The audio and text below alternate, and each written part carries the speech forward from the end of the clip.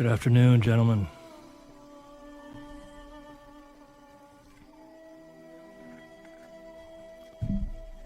Let's wait a little bit and see if anybody else appears here. That is Sisyphus. Sisyphus pushing the boulder up the mountain, only to have it roll back down, and to have it to push it back up again, over and over and over again.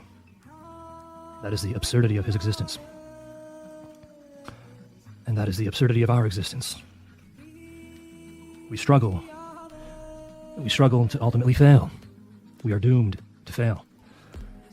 The boulder, which represents our life, is doomed to become extinguished. Our life, just like the boulder, will roll down into nothingness. And we strive towards reaching the peak, towards pushing that boulder, leveling up, only to have it all fall apart in the end, fall down 6 feet under. That is absurdism. Absurdism, the absurdity of existence.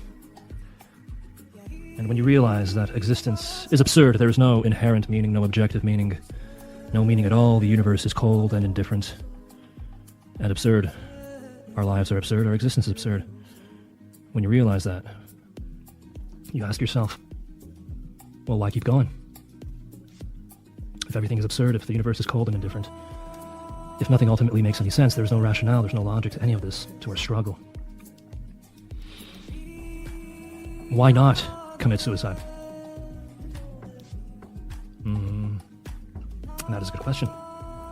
If you're still here, and you're listening to me, and you're alive, that means you've found some reason to keep going, not to commit suicide.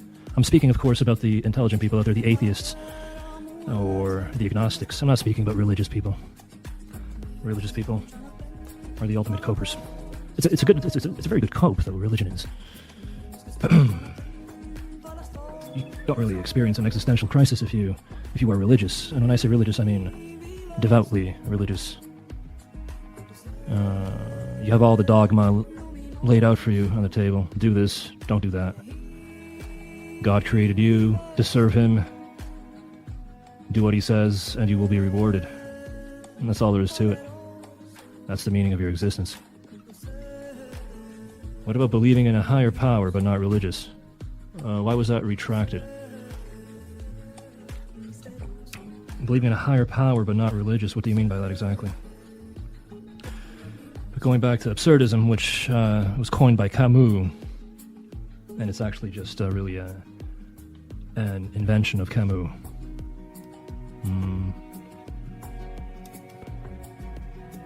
Camus is against suicide. He says to embrace the absurdity of existence and to fight back against the gods. If you're Sisyphus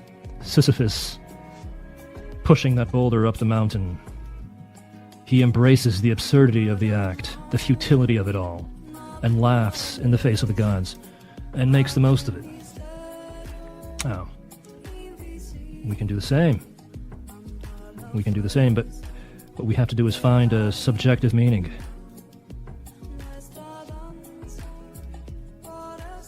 A subjective meaning that will keep us going. And when you're young, you're not really concerned with a subjective meaning because you're full of vitality, full of hope, dreams, energy, plans. So that is your goals, yes?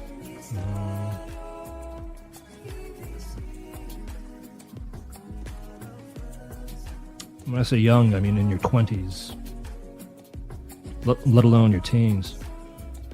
Good afternoon, heretic or heretic, bipolar, Boraz. Let me know how the music is. If it's too loud, I'll turn it down. I'll turn it down a bit right now.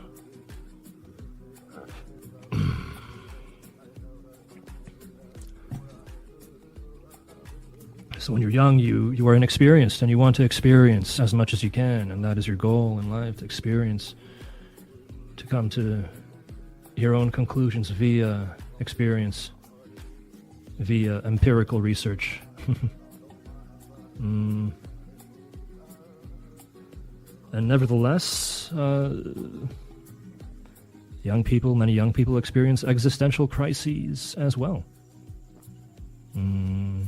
Especially in the West, where we live in comfort, and everything is provided for us, the bare necessities.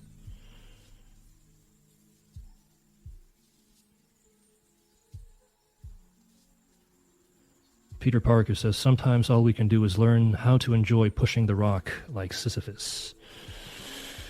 Yes, and that is where the subjective meaning comes in. You embrace the absurdity of pushing the rock by finding subjective meaning.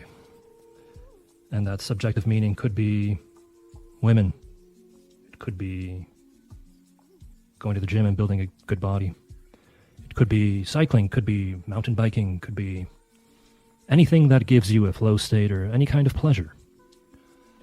Makes life worth living, or prevents you from committing suicide. Because if the only reason you're not committing suicide is cowardice, then you certainly can't be a content person. If cowardice is the only reason you're still here, because you're too afraid to commit suicide, too afraid to off yourself, because offing yourself is really unnatural. It goes against all your biological programming.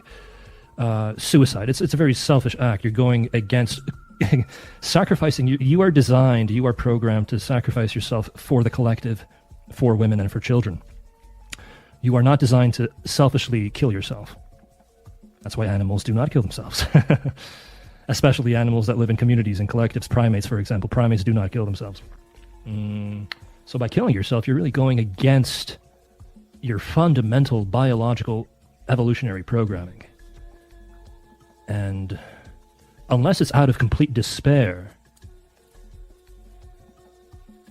then it is a courageous act. Unless you're doing it out of complete despair, then it's not a courageous act. But if you're doing it for philosophical reasons, then it is a courageous act. You choose to off yourself on your own terms. You've decided that you've lost all subjective meaning. Nothing makes sense anymore to you. Nothing gives you enough pleasure, interests you enough to continue.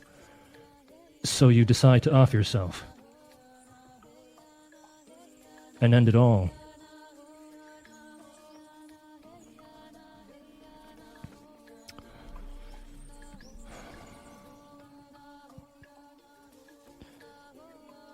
Good afternoon, Amnanch. Zeus, the cunning abductor. Salve.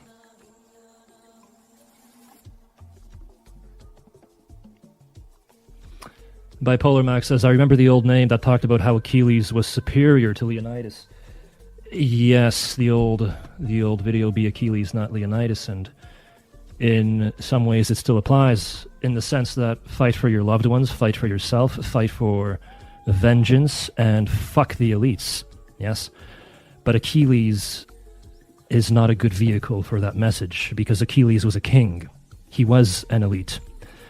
And he was extremely vain and greedy and power-hungry. And he threw a huge hissy fit. Actually, the Iliad is known as the alternate title, or the original title is The Rage of Achilles. He became furious when a bigger king, a bigger elite, took some of his spoils from him. So, Achilles is not a good vehicle. And the vengeance he sought was also not justified because, well, he invaded a foreign land and he had been there for 10 years with his Myrmidons. Now, the Myrmidons were literal descendants of ants. They were brain-dead thugs, essentially, following Achilles. Bandits. Achilles was a bandit, a king, but a bandit nevertheless, a thug. Greedy, violent, vain thug. And first he threw a hissy fit because Agamemnon, a bigger king, took some of his spoils, Briseis being one of them, a woman. and he refused to fight after that. And when Hector killed Patroclus in battle, Patroclus that had invaded Hector's land, a land very far from Greece, which posed no threat to Greece at all. Of course, the abduction of Helen was nothing more than an excuse, and Helen was nevertheless given to Paris by the gods. So it's not like she was abducted anyway, she was given to Paris. But none of this is all mythology anyway. There's no really any archaeological evidence that there ever was a battle of Troy. Troy existed. There is archaeological evidence for that, but there is no archaeological evidence for a 10-year siege of Troy and 1,000 ships, which would be possible because each ship back then was actually a boat, which carried about 50 men. So 1,000 ships would be 50,000 men and slaves, etc., which is possible, but for back then that would be a huge invasion, a huge army when we're talking about the population back then in Bronze Age Greece. But Achilles was there when the Iliad begins 10 years into the siege of Troy. 10 years, Achilles and his myrmidons, his ant bandits, brain-dead ant bandits, thugs, and Patroclus and all the rest of the Greeks had already been there for 10 years, pillaging and plundering the lands and trying to lay siege to Troy. 10 years. And Patroclus was killed fair and square by Hector in battle. And Achilles lost his shit and demanded vengeance. And it was, as much as some would like to believe that it was because he loved Patroclus, part of that is, I'm sure, true. But he was more infuriated probably by the fact that Hector thought he had killed Achilles in battle. And Achilles was there to also prove that he's the best fighter in the world. In the known world, at least, yes.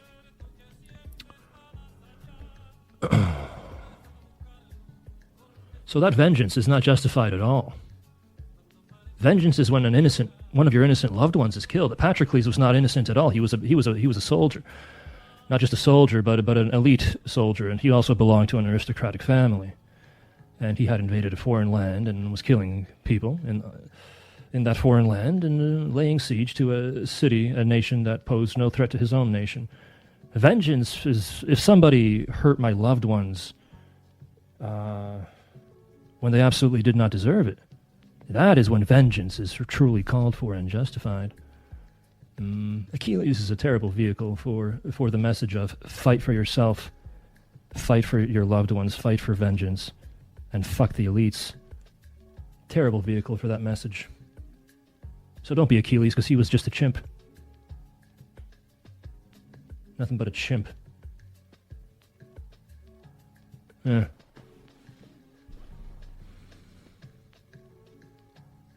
He had all the money he needed back home. His father Peleus was a king, and he had died, and left behind a kingdom for Achilles, and he became King Achilles.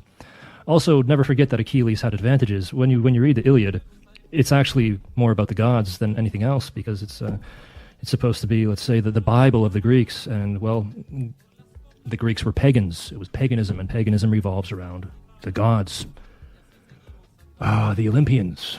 And that's what the Iliad is about. The gods play the central role, and the humans play a secondary role. And Achilles, for example, had he was a charioteer, just like all elites going to battle. They rode chariots pulled by 2 or 3 horses.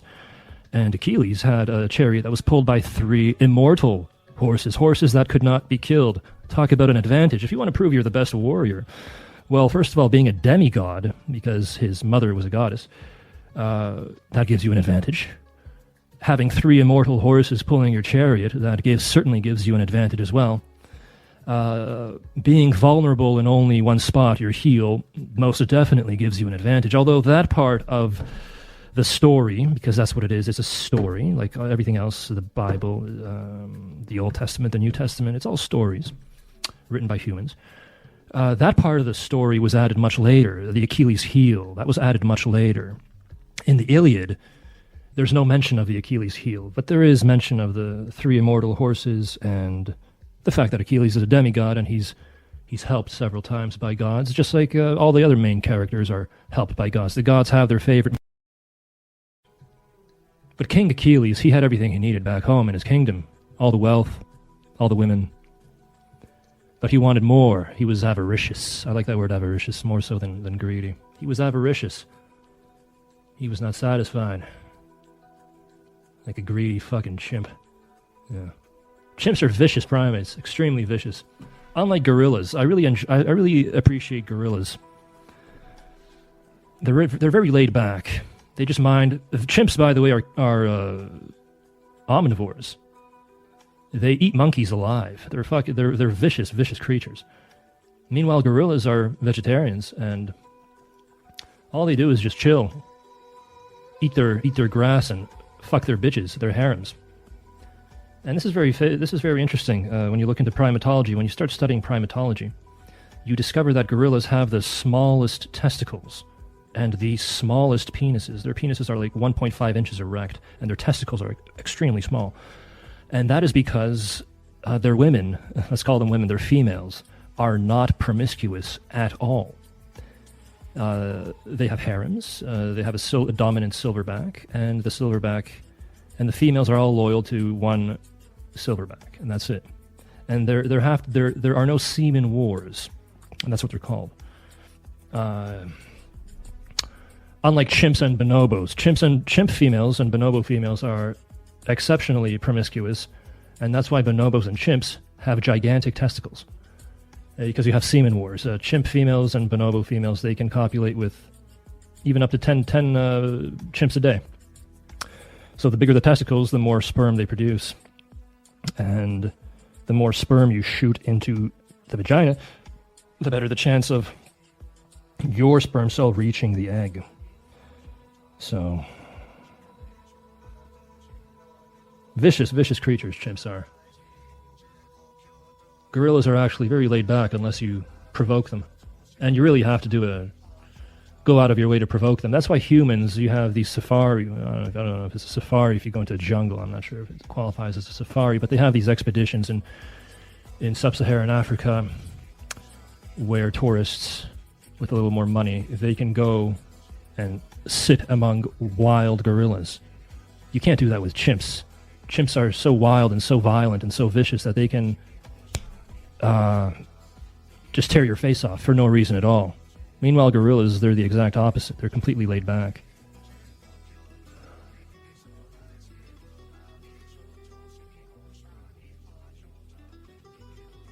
Yeah, but don't be Achilles. It's not be neither Achilles nor Leonidas. No, Zeus, that's not Atlas, that's Sisyphus. That's Sisyphus pushing the boulder up the mountain, only to have it roll down again.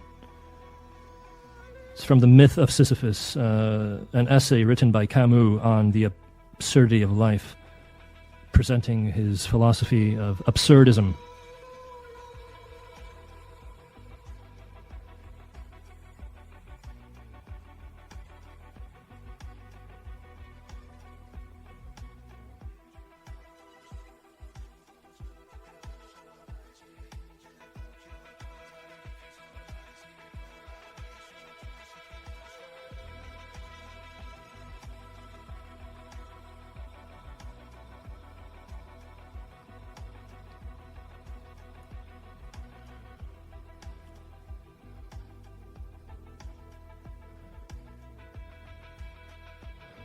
Do you think that Amnaj asks here, do you think that a boyo who gets his balls drained regularly by agreeable cunny can off himself out of despair?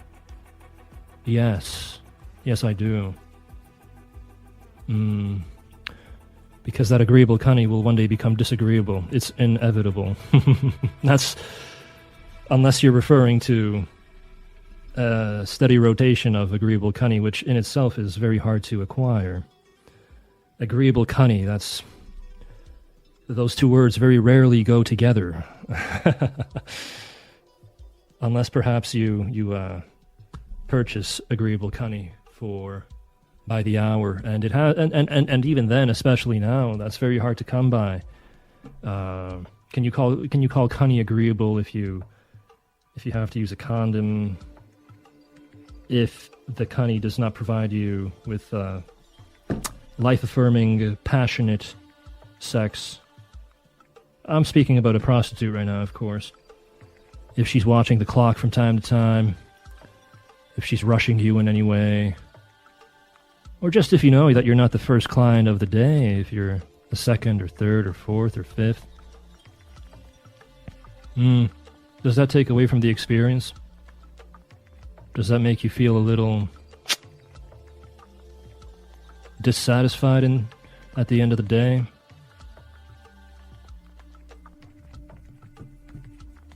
Cunny's good, but agreeable cunny. And if she's wild, if she's a citizen, not a prostitute, then once again, that agreeable cunny, it will be agreeable only for so long, and then it will start making demands. It's inevitable, or some kind of drama, start creating drama. It will not be agreeable for long. So absolutely. And how old is that cunny? Is it fertile? Is it fertile cunny? Because if you're 40 years old and you're having sex with a 30, 35-year-old woman, you know, that woman will be quite bitter deep down. Because her life is over. Her life is over. Or almost over, that is. Her prime is long gone, and she knows it. And you know it. You know that you'd rather be fucking a 20-year-old than a 35-year-old or a 30-year-old. She knows you're settling for her. Unless you've been together for a long time, you met each other when you were when she was young at least, and prime, and you still got her in her prime years, and the relationship lasted that long, and it's been a good relationship, but I've never come across such a relationship in my life, never, and I've met a lot of people on a very personal level due to my work. And when I look at my family members from both sides, don't be fooled by facades. Only look at people, only analyze relationships if that's what you want to do, that you truly know. That you truly, truly know. And even then, you can't be sure that you truly know anything if wives and husbands can be cheating on each other, sometimes for years, sometimes for months, leading double lives. And they have no idea it's happening. No idea. So don't be fooled by facades. Don't be fooled by anything. Look at your own experiences and the experiences of those closest to you, and you'll see that agreeable cunny. That's a mythical creature, really. It's something very transient at best. Extremely transient, like a hot cup of tea becomes warm and then cold within an hour. The transience of agreeable cunning. And then how long before you tire of actually fucking that cunning? If you don't have something more that's bringing you together, connecting you.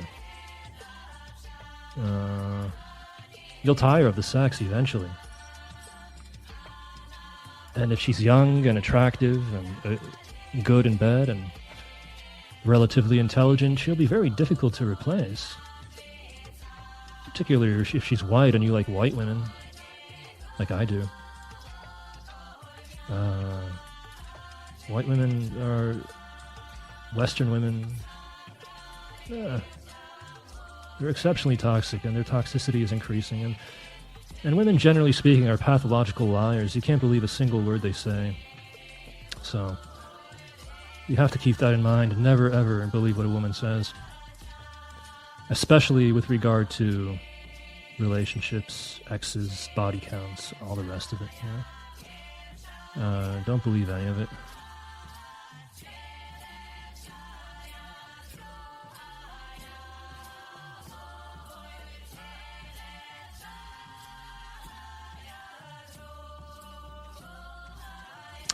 I'm surprised you say fuck the elites when you're Jewish, Nuclear Redfield says.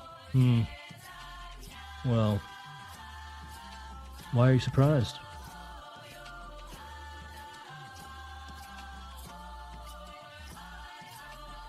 I'm a quarter Jewish, by the way. So,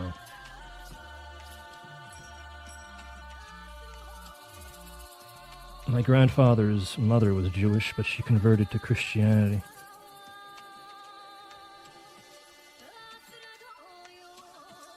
So, that's the Jew in me.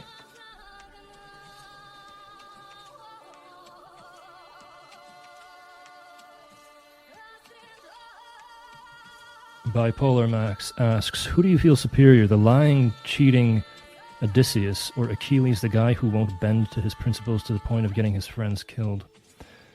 I'd have to read more about Odysseus, but as far as I'm concerned, all the Greeks that invaded Troy are all chimps, so none of them is any superior to the other.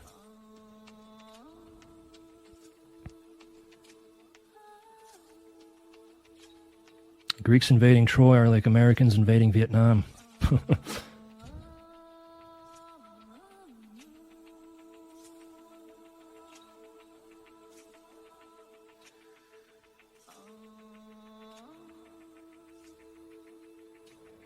Absolutely horrible.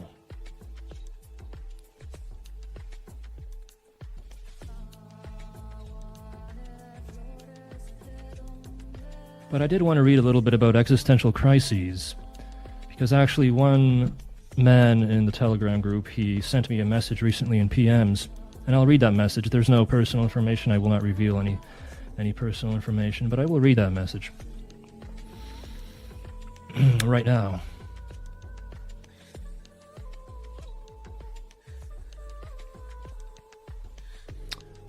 He says, I have one last question about life and existence. And that question is existence worth it? My existence specifically. And I can't seem to find that answer in me. I've been wondering all day, is it worth to keep existing and suffering for occasional moments of pleasure and serotonin? I have suffered a lot and been quite unlucky in many areas in my life. I don't think I've ever had a period in my life where I didn't suffer or dealt with life-denying problems, and I'm aware that I will keep suffering and suffer even more so as I age. I 100% agree that existence is absurd, that chimp kind. I will keep suffering and suffer even more so as I age. I 100% agree that existence is absurd, that chimp kind, aka mankind, is cruel and always was since the beginning of our existence. That the world is cruel and socially engineered, with the triple parentheses symbolizing the you-know-whos, and socially engineered to make us plebs suffer even more than we already have to. That amogging, violence, danger, envy, stupidity is a constant reality in all societies due to chimps, simps, third-worlders, etc. That mog-maxing and fight-maxing are a given if you want to increase your chances of survival in this chimp world. Fight maxing. Now, fight maxing. I have to step in and say it's a potentially a very good activity to get your flow state, to get your serotonin and dopamine. But for survival on the streets, just carry a weapon or know how to run fast, and that's going to get you much farther in terms of survival than knowing how to fight. Continuing what he says here, that mog-maxing and fight-maxing is a given if you want to increase your chances of survival in this chimp world, that cunning is the only true momentary highlight of life, and that every other thing is a cope to make life slightly less suffering, boring, or more bearable, etc. That is true. That is very much true. That everything else, if your hormones are not out of balance and you have a decent libido, then cunning is the only true momentary highlight of life, and everything else is a cope. And There are better copes and worse copes, of course, copes that give you more satisfaction, less satisfaction. But in the end, it's all subjective meaning. It's all subjective meaning. You're just looking for a subjective meaning to keep yourself going. And in my case, as I get older, and in particular because I prefer young women, say 18 to 23, 18 to 24, then just around the corner I'll be a geriatric ghoul. And those women, if I'm able to acquire them in any way, as well for money at that age, getting those women for money at that age. Back when I was 30, 28, in my golden years before maxing, I considered myself the tip. I thought I'm doing these women a favor by going to them. I was young, tall, very well built, relatively handsome, full of vitality, vigor, etc. And I genuinely considered myself to be the tip. I thought I should even be there completely for free. As far as I'm concerned, I was really full of myself. But that's because I was young enough to be their potential boyfriend, as opposed to old enough to being their father, which completely changes the dynamic. And now at 40 plus, if I purchase the services of a 20-year-old, well, I'm old enough to be her father, really. And I no longer consider myself the tip at this age. So I'm thinking that if I, at this age, and after all, I am a pleb, so it's not like I'm giving her a few $1,000s to really give me life-affirming service. And if I did have to give her a few $1,000s, if I'm a millionaire, I suppose it doesn't matter to me, a few $1,000, but $1,000, let's say. But if your income is $100,000 a year gross, or 120, so your take-home pay is $80,000, $70,000. And you got to pay $1,000 to some fucking young whore, sub 80 IQ most likely, just so she can give you relatively life-affirming service. That's a slap in the face, really. $1,000 fucking dollars for what? Back in the day when you were getting it for free, or for $20 or for $30, with the prime quality cunning. It becomes a slap in the face. You think to yourself, fuck, that definitely takes away from the life affirmation of it.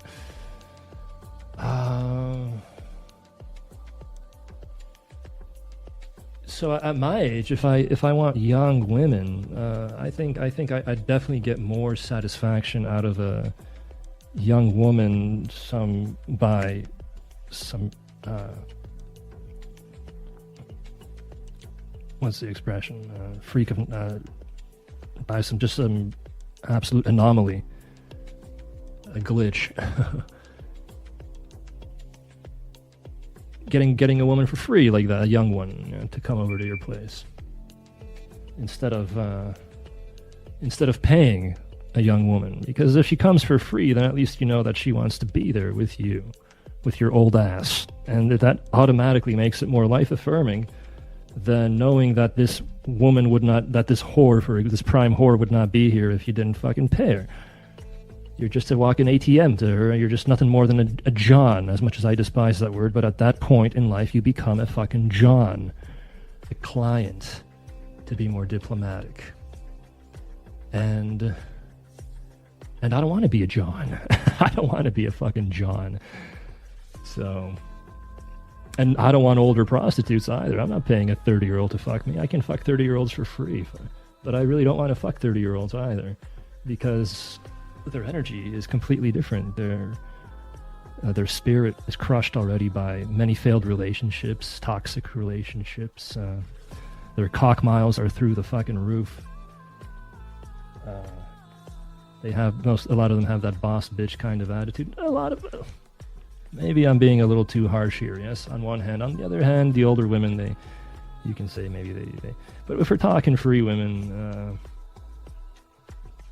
I was going to say that older women try harder, but if we're talking free women that come to your place off a dating app, then generally they try. I mean, they're there for free. They want to have a good time too. Yes, they want to satisfy you and satisfy themselves somehow. So because there's no money involved, so it's only about just exchanging energy and pleasure, company, I suppose. But it's a different energy that older women have, because it's just they're life has chewed them up and spat them out, after 35, at early 30s. Of course, they're looking for something serious at that point, and they're hoping for something serious.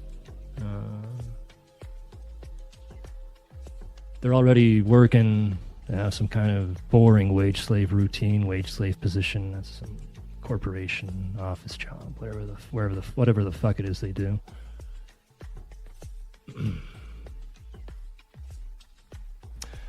Anyway, I was supposed to finish reading this.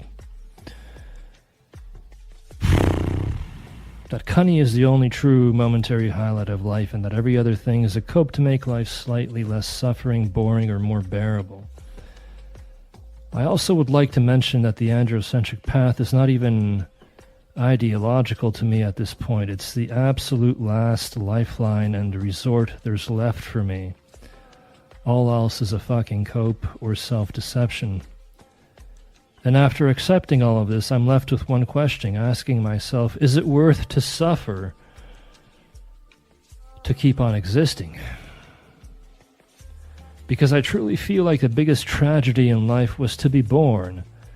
And had I never been born, I would have never had to deal with existence and suffering, or been ever aware about anything to begin with, which sounds like a luxury. The not being aware of anything to begin with sounds like a luxury. I don't know the answer to this question. I wonder what makes you keep going. Perhaps I should talk to more people to find that answer myself.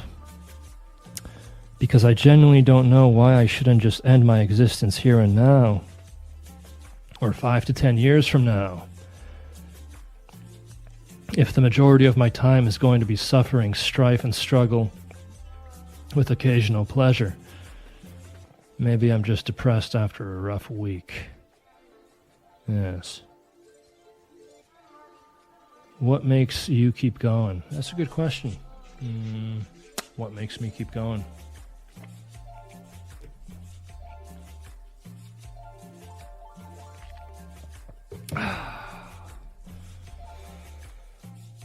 Well, I have lost my subjective meaning, and I'm looking for subjective meaning. I think what I need is to reset. I've been through a lot of personal drama, male-female kind of drama, over the last few months, and it's time to do a hard reset in my case. Because I've lost subjective meaning temporarily, I hope. Because I'm 40, I don't want to off myself just yet. If I'm going to Mishima max, I want to Mishima max at the age of Mishima, let's say 45-ish. But, so what I need to do is a hard reset. And I've ordered a lot of steroids. They're coming tomorrow. I found a very good UGL that produces everything I need. And I'm going to play around with the doses. It's just tren and test. I'm only taking tren and test.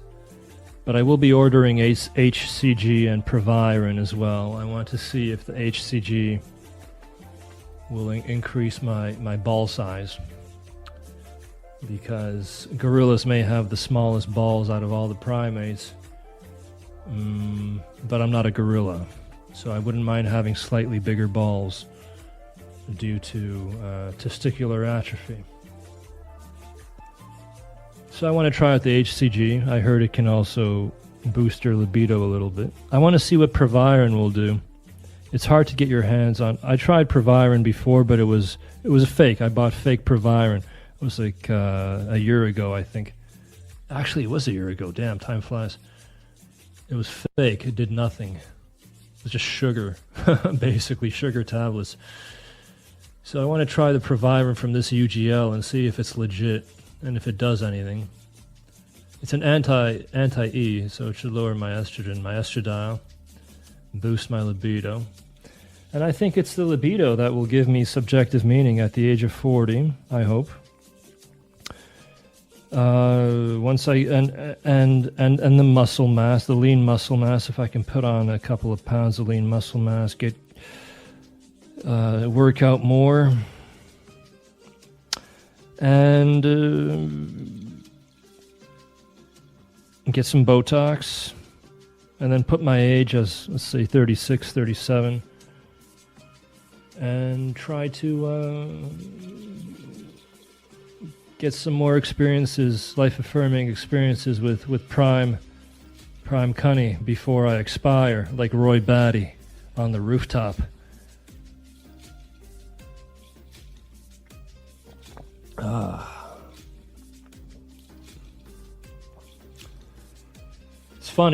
It's funny because when I was 28, 29, I would tell my clients that I'm going to off myself in my late 30s.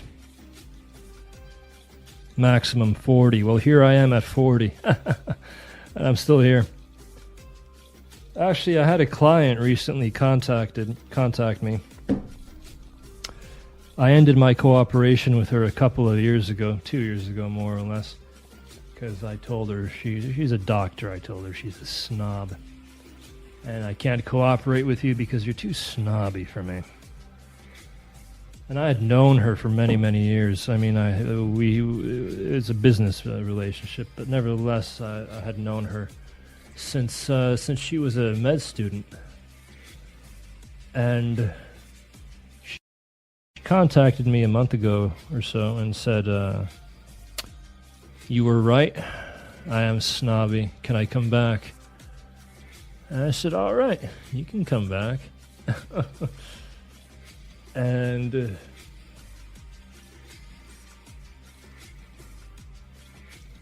when we connected, one of the first questions she asked me was, "Why are you still alive?" She said, "Why are you still alive? You were supposed to kill yourself a couple of years ago. You've been talking about it for a while." And I said, "Yeah, okay, I know I've been talking about it. I'm still alive. But give me a few more years and I'll be gone, believe me."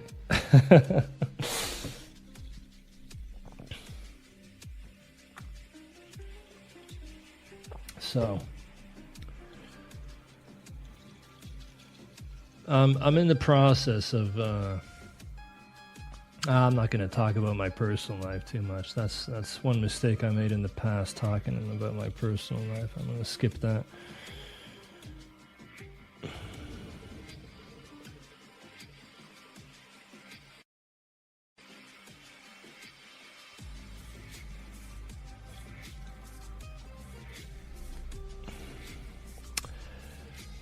Yeah, I think that's the rich piano way to go out. I was actually thinking of that. If I'm too big of a coward to off myself directly in the future, I can off myself indirectly by injecting ridiculous amounts of steroids and essentially inducing a heart attack or some kind of other fatal condition. Although, take a look at Big Lenny. Big Lenny refuses to die.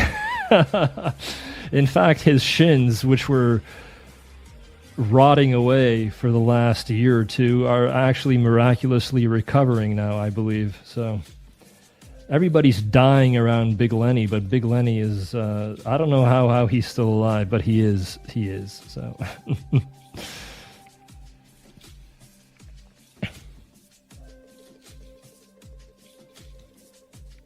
Am I still smoking MJ? No, I've stopped.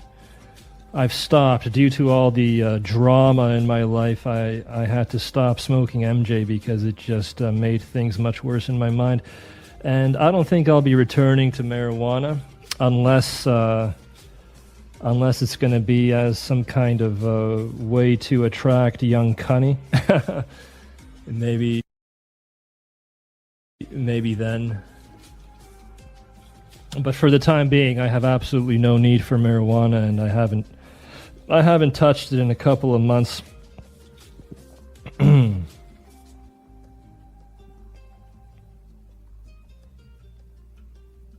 I'm in touch with my... I'm not going to... Once again, I don't want to talk too much about my private life, so no. What about those suicide pods in Switzerland? No, you see, but it's not about... That also requires courage, because you're going there knowing you're going to kill. You're entering this suicide pod. I don't know what it is exactly, but I'm assuming it's connected with euthanasia. You're entering this suicide pod knowing that you're going to fucking die in there. So what's the difference between that and overdosing on pills? There's really no difference. It's about being aware that this is when I die. This is where it ends. My awareness, the I, ends here. This moment, or within an hour. If you're just injecting huge amounts of steroids, you don't know when you're going to go. You know you're going to go. You know you're most likely going to fucking drop dead of a heart attack. You just don't know when it's going to happen, so it makes it much easier on your mind to deal with that, yes.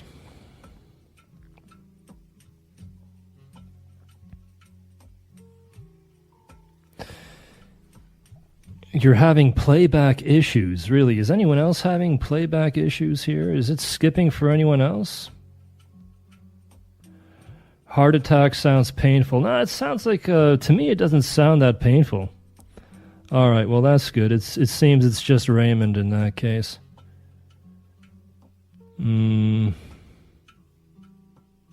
Heart attack during sleep, most peaceful way to go. Yeah, I would assume so. Yeah, you just... have a heart attack, you suddenly just drop dead.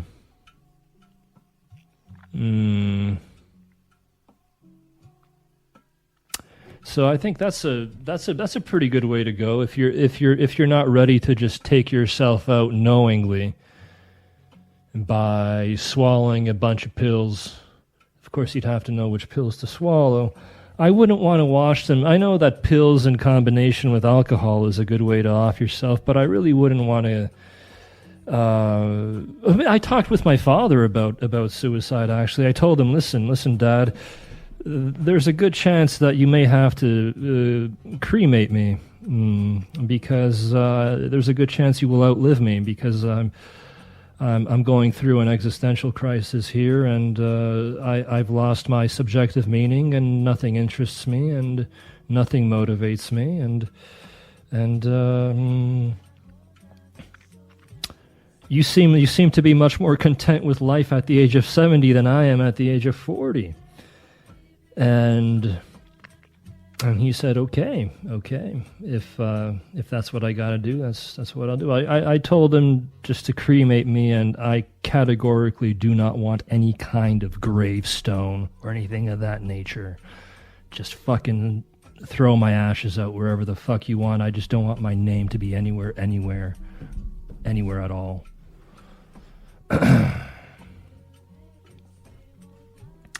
And I asked him, because he's in very good shape for a 70-year-old, very healthy. He takes no medication whatsoever.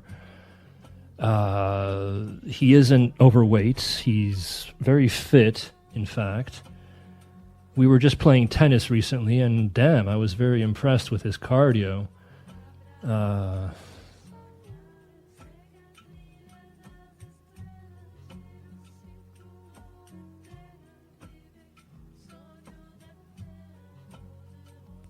Yeah, I was playing tennis with my nephew and with my father, so three generations. 3 generations going at it. And it was a good time.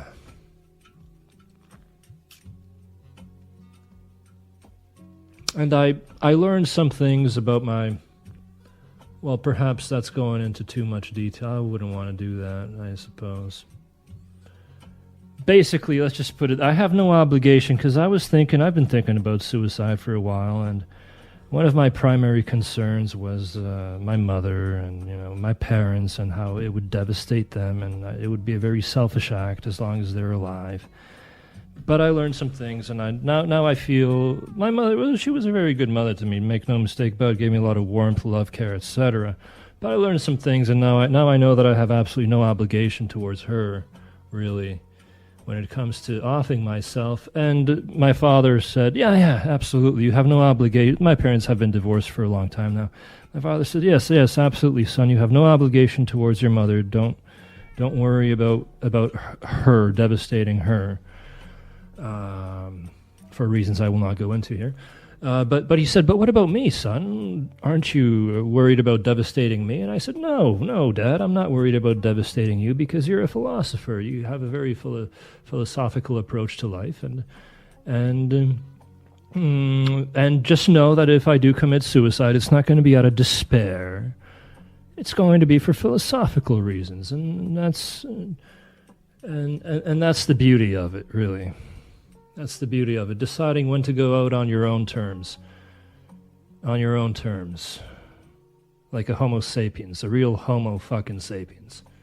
No, not like an animal. So, for now, I will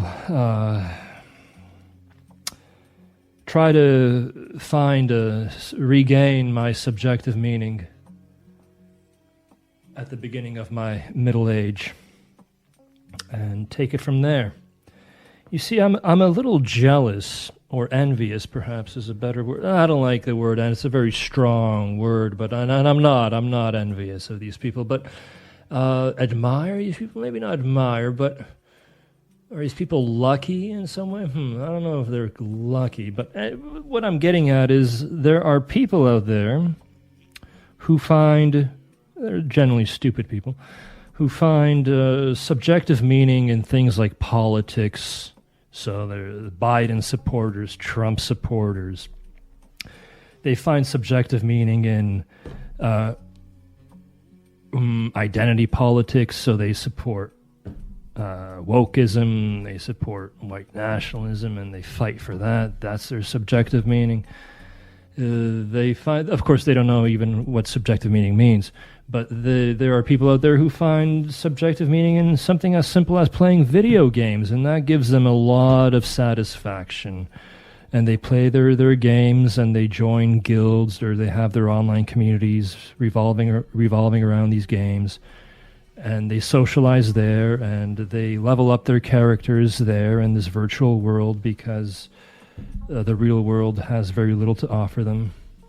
And that gives them genuine satisfaction, and they sit there playing that game with other people, and they're completely absorbed. They're completely involved in this, and they attain some level of flow state, and it gives them genuine satisfaction. I haven't touched a video game, a computer game, in the last 20 years of my fucking life, or 21 actually. I was really into StarCraft and Quake when I was 15, 14, and Warcraft 2 when I was in my early and mid-teens, and I grew out of it very quickly. Games give me no satisfaction whatsoever. Sports, another one, sports. There are people who are completely obsessed with sports, and that gives them their subjective meaning. Big Lenny, for example. I can't listen to Big Lenny because he offers some wisdom here and there, but generally speaking, he's a very simple man, and talks a lot about some old TV shows and football. He's completely obsessed with football and professional wrestling. I think that's what it's called, fake wrestling. WWE. I can't listen to that at all. I'm not interested in any of that shit at all, and I don't know how any grown man can be. Yeah, sure, I'll watch some UFC fights here and there, just main events mostly. That's the only sport I'm interested in, because it's the only sport that really matters and truly tests the character. And it's those athletes, those fighters are admirable in many ways, and it's the only practical sport out there. Practical in the sense that you can apply it in the real world, this skill. But it's not like I'm obsessed with UFC. It doesn't give me some kind of subjective meaning. It can disappear tomorrow from my life, and and I'm not going to cry about it, you know. But if you tell somebody, you know, there are people in Europe, for example, who are completely obsessed with Champions League, with soccer, or they call it football there, the Champions League, Euro Cups, World Cups. They know all the fucking players, all the transfers, all of it. Just like in Canada, you have people that are obsessed with hockey, and in America, again, it's American football and basketball, and they're just completely obsessed with this shit. They live and breathe this fucking crap, and grown men. And if you took it away from them, they would suddenly they wouldn't know what to do with themselves. They'd be completely lost. If you took, if UFC closed tomorrow and all other MMA organizations closed tomorrow, I wouldn't give a fuck. I'd be like, okay, well, that's too bad. Oh, well. So that's no subjective meaning for me. And subjective meaning, a lot of people have serious debts, serious family obligations. They are house Negroes, meaning they have wives or live-in partners that demand a lot of their time and attention and resources. They have kids. I like to call them cunny busters. I'm an anti-natalist. I don't need any fucking kids. They have pets that require their attention. They have all these obligations. They have full-time jobs. They have mortgages. They have to keep up with the what is it called? Keeping up with the what's that idiom? Keep up with the Johnsons, the neighbors. Keeping up with the help me out here, lads. Anyway, you have to keep up with the neighbor. Keep up appearance. Jones, that's right. Keep up with the Joneses. You got to keep up with the Joneses, you got to maintain appearances. Oh, look, the Joneses are going on vacation. We got to go on vacation too. We got to post it on social media. Oh, look, the Joneses got a new car. We got to get a new car. What are they going to think, that we're poor, et cetera, et cetera. Oh, look, the Joneses, they just paved their driveway. Look at that. They did something with their landscaping. We got to do something. Oh, the Joneses sent their kids to private school or to hockey camp or whatever the fuck. We got to do it too, you know. It's never-ending shit, you know. It's an inherently flawed human nature, keeping up with the Joneses mentality. That's why even after death, even in death, they have these fucking gravestones, like gypsy fucking mansions, you know. It's so vain. It's so pathetic.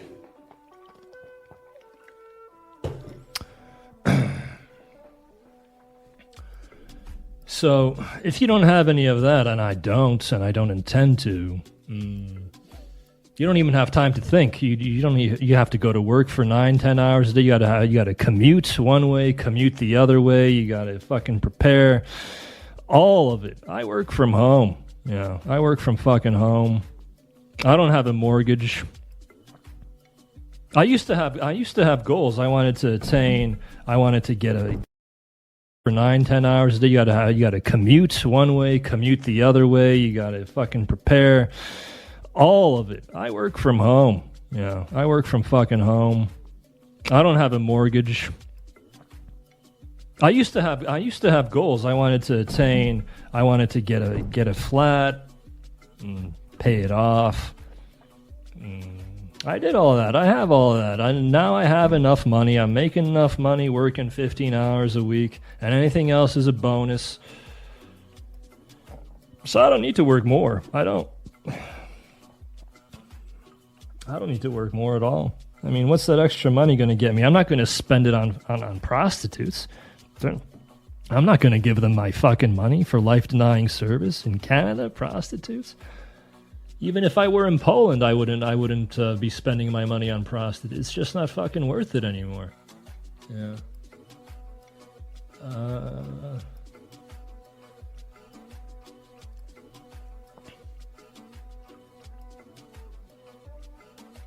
And I've really been through a lot recently, and including a lot of fornicating, to use Mike Tyson's word.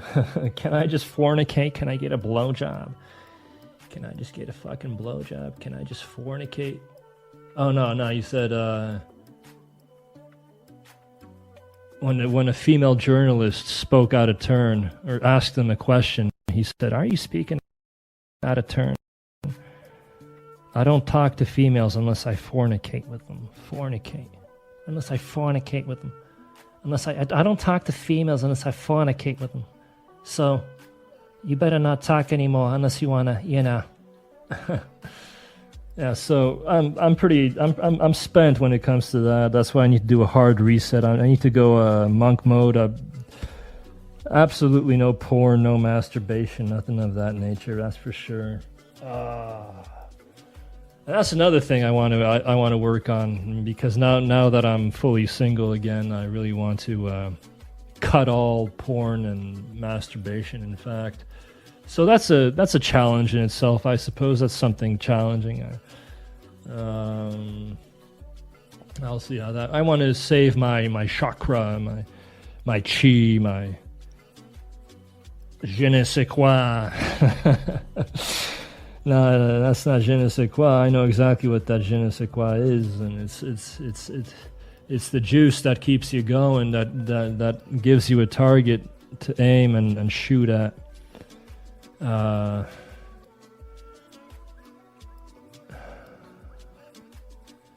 So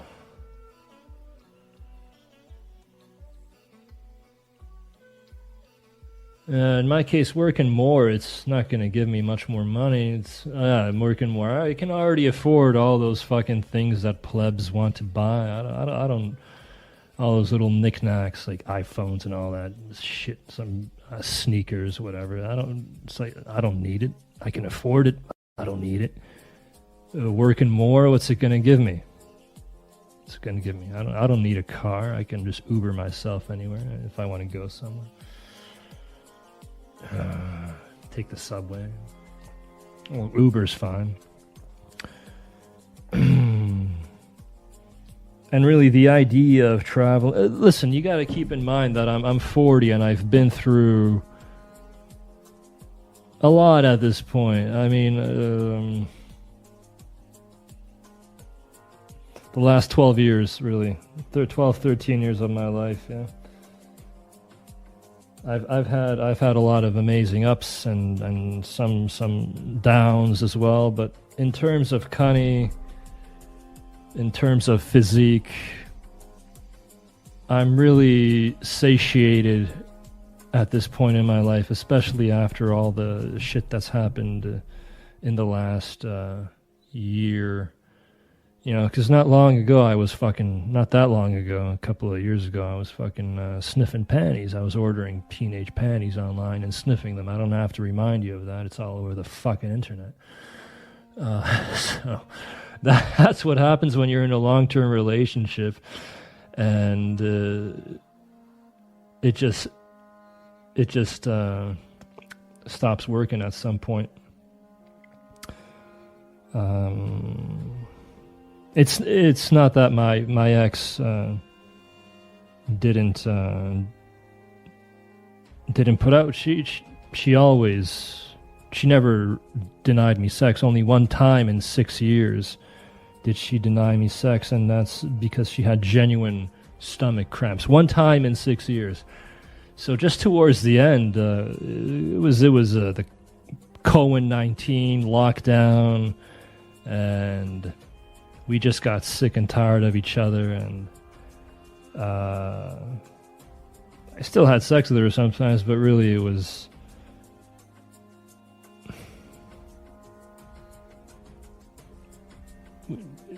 just over, really. It was just over at that point. The chemistry was long gone. When you're together for so long, you have so many different memories, good ones and bad ones, and it's not like a fresh acquaintance where you have no bad memories, nothing but good things in the present, and probably some good things awaiting you until the bad things start happening, and they will start happening. It's inevitable. Going back to the agreeable cunny, it's inevitable. Agreeable cunny will eventually become disagreeable cunny. Perhaps not constantly disagreeable, but gradually it will become disagreeable more and more and more and more. Yes, that's just how it goes. Oh.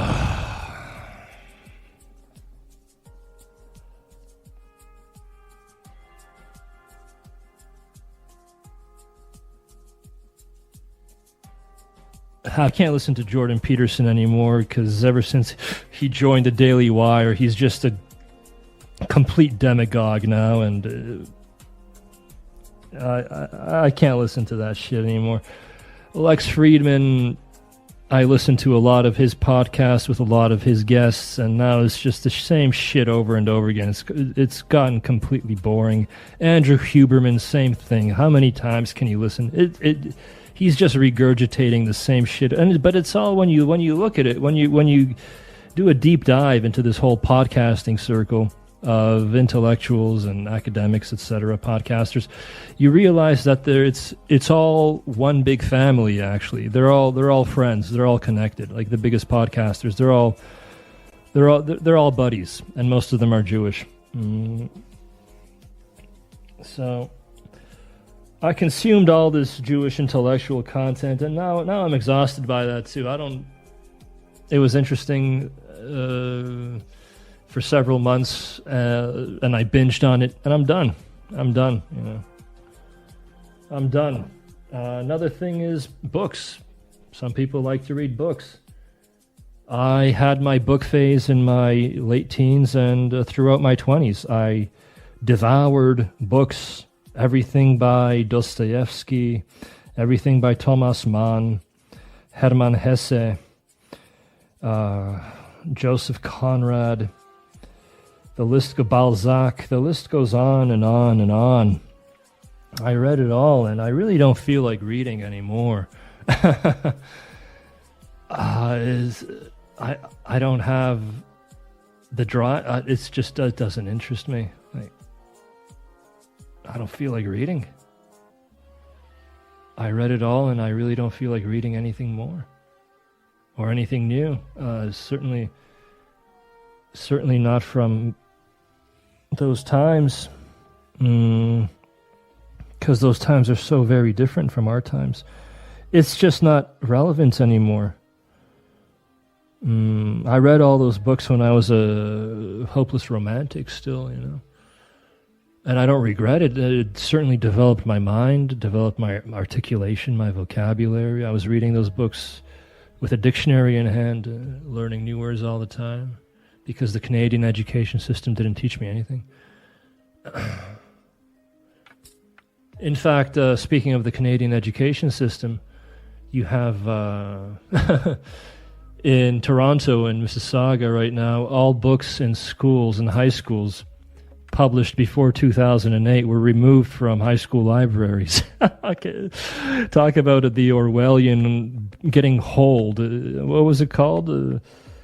Was it called holing something? I'm getting things mixed up, just keeping up with the Joneses earlier. It was, that's right, memory hold. That's right, memory hold. Typical Orwellian memory holing.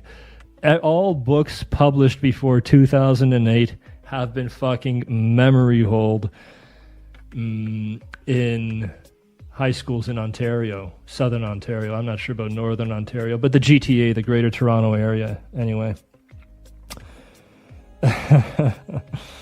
So I'm bringing that up because when I went to high school,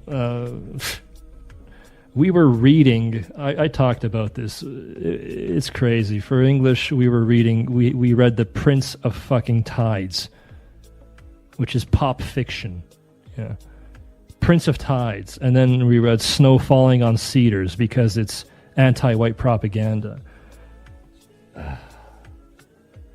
Can you imagine that? You go to high school in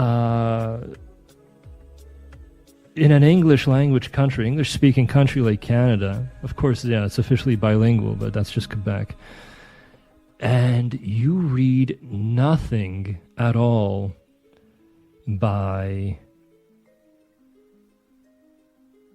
Joseph Conrad, E.M. Forrester, Hemingway, Fitzgerald. Now we read The Great Gatsby. Okay, The Great Gatsby. Yes, we read The Great Gatsby. But that's, I'm thinking of 19th century, late 19th century, early 20th century English literature. You see, I haven't. That's a good one. That's a great author.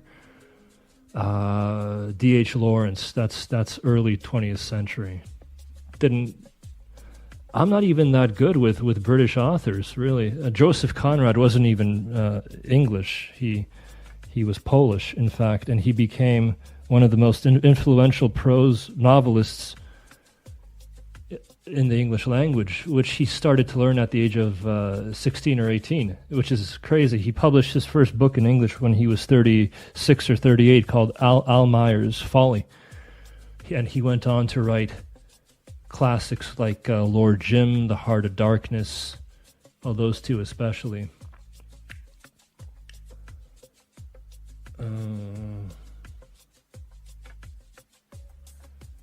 So when it comes to prose authors from the late 19th century, British ones, I'm not too familiar with them, really. I did all my reading because nothing compares to the Germans and Russians, really. When it comes to prose, nothing compares to them. So nothing, almost nothing. I mean, Joseph Conrad was fantastic, but I'm trying to think of some. Maybe you guys can help me out here. British authors, novelists, late 19th century. Do I like gardening or homesteading? No, I don't. I don't like that at all. Have I ever thought about publishing a book? I thought about it. That takes discipline, though. It takes incrazia, and you really have to have something to say. Maybe you need to read Rich Dad, Poor Dad by Robert Kiyosaki. Yeah, Robert Kiyosaki, he can't bend his knees. Right, that guy? I'm assuming you're being sarcastic here, because I am.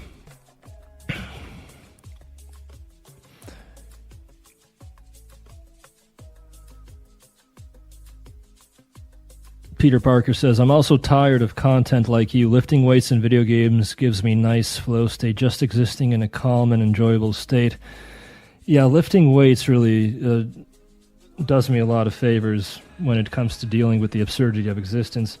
Getting that juicy pump, sweating, getting the heart beating, admiring my physique in the mirror. That's nice, but you see, that is also changing. That's why I keep saying I keep saying the heart beating, admiring my physique in the mirror. That's nice, but you see. That is also changing. That's why I keep saying I keep saying, lads, gentlemen, men,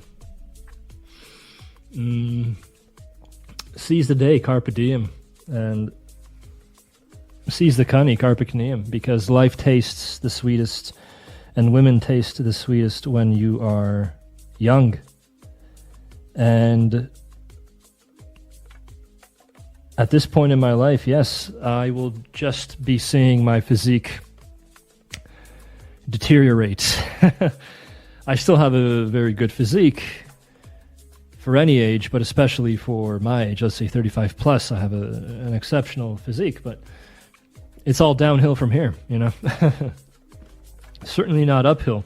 So I can just become one of those guys that says, oh, look at me, look at my physique, and I'm 43, and look at the kind of physique I have at the age of 43. But if you're a ghoul in the face, you're covered in wrinkles and you look like an old sack of shit, then, who really cares about your physique? You're just doing it for yourself, but then you're just coping at that point anyway. That's why life tastes the sweetest when you're young and full of collagen and vitality and all the rest of it, because that's when you acquire the peak life affirmation moments.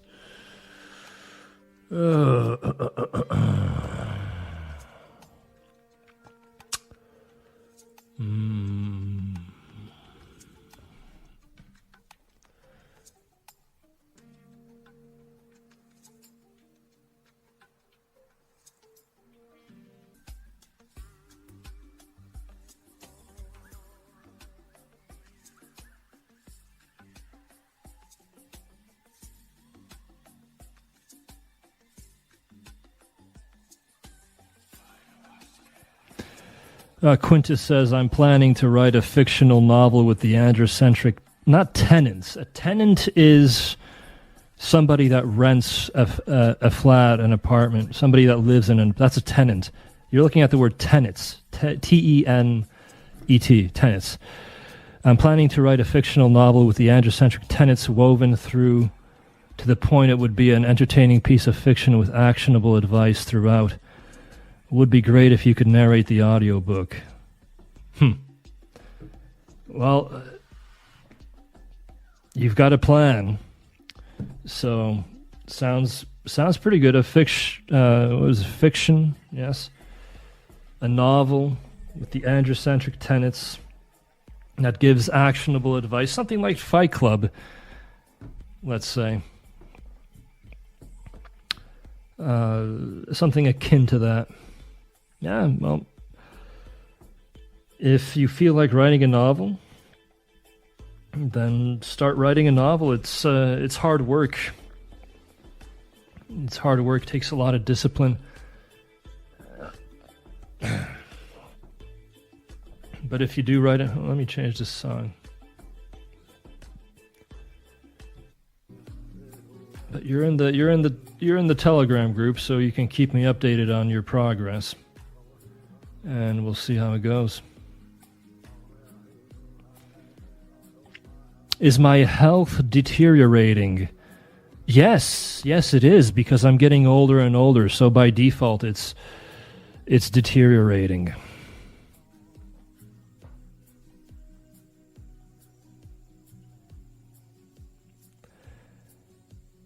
Am I open to any interviews or discussions with others? Only no, only in this. I'm only open to interacting with the live chat here. The H pill is definitely the final pill. The H pill is the ultimate black pill there is, so.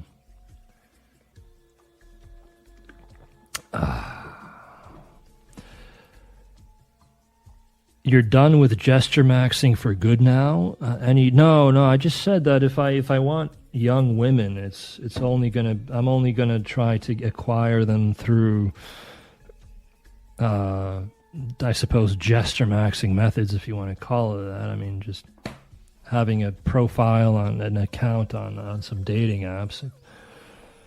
But I have no sense of urgency anymore. Sexual urgency. I'm satiated, and my sexual urgency is gone. At least that's one fucking benefit of of all the recent drama I've been through. I satiated my libido completely with a woman half my age. So I have no need to order panties, and I have no need to go anywhere. I mean, like Southeast Asia or Colombia or wherever else for a while. And then she was white, which is a bonus, huge bonus. So, despite everything that happened between me and her,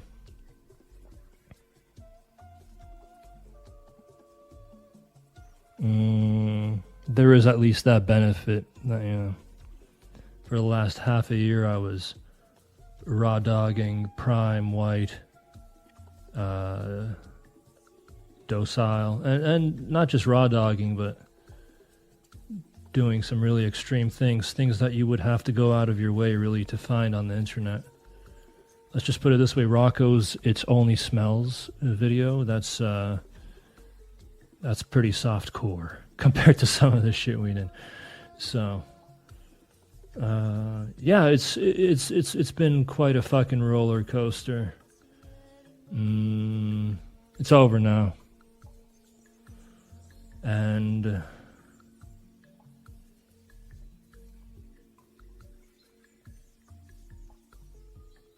I have to think of what to do next, really, because I'm exhausted, both physically and mentally. So you should try wingsuit flying. I was thinking about wingsuit flying before I hopped on roids as a cope in my 20s. And I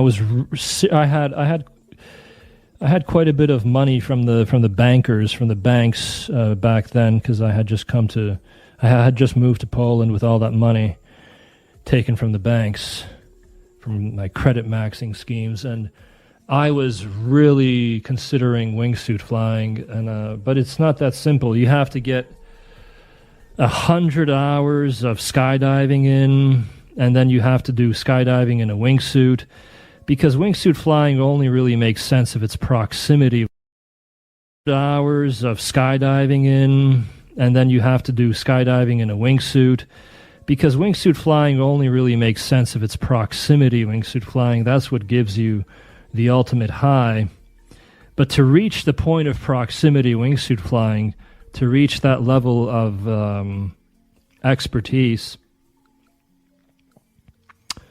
and experience, you need hundreds of hours or hundreds of jumps and just plain old skydiving, not to mention wingsuit flying. And when it comes to also proximity wingsuit flying, the huge disadvantage is that you have to hike up these fucking mountains. And I absolutely hate hiking. I like being on top of a mountain and the beautiful views and the air, but actually getting to the top, that's like Sisyphus pushing the boulder up the fucking mountain. It's a nightmare. I fucking hate it. I can't stand it. And if I had to carry all that equipment up there and strap it on myself and just to fly down, and the flight itself lasts 1 minute. And that's all it is. So I opted out of that. I focused on tennis. Instead, and I played a lot of tennis all throughout the year, in the winter and summer. And then I finally hopped on roids and never looked back and experienced some of the best years of my life, or not some of the best years, but the best years of my life. But tennis, if you're proficient at tennis, if you're good at tennis, it's a beautiful sport. If you don't play with somebody who's obsessed with serving, because if you play with some amogger that's obsessed with serving and he's obsessed with being all professional and playing like the pros, you gotta serve. If there's no serving, it's not tennis.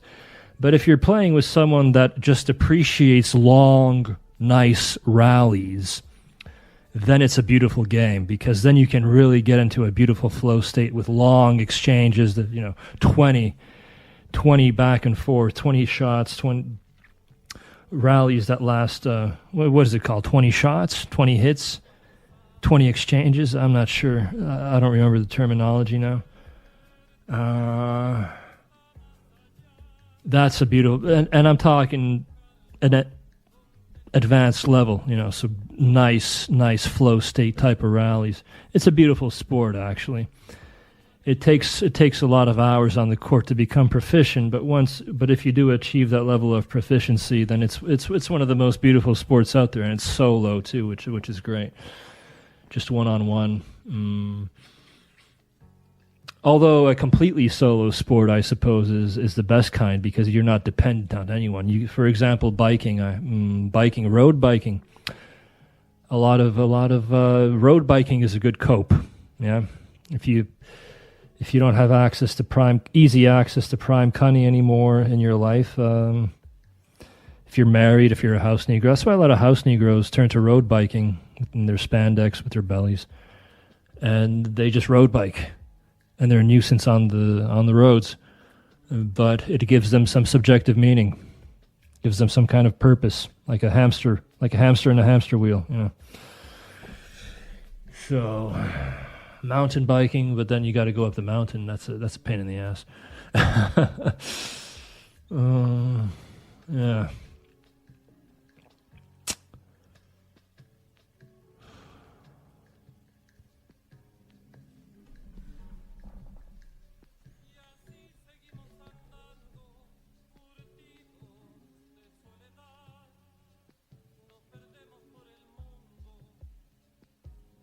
Unfortunately, Tetsuo the Terrible says, unfortunately, my best memories are not with pros, but with civilians. Can't change that. The sex is better, and I like having someone to talk with. I have to say that I had some great I have some great memories with pros from my golden years. A handful of pros.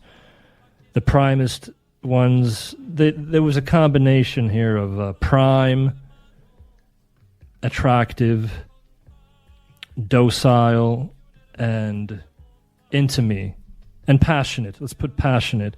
Whether that passion was faked or real, it doesn't matter to me because it seemed real enough. It seemed real. So if it was faked, they did a very good job faking it. And it was that combination. Yeah. So young, attractive, docile, and passionate.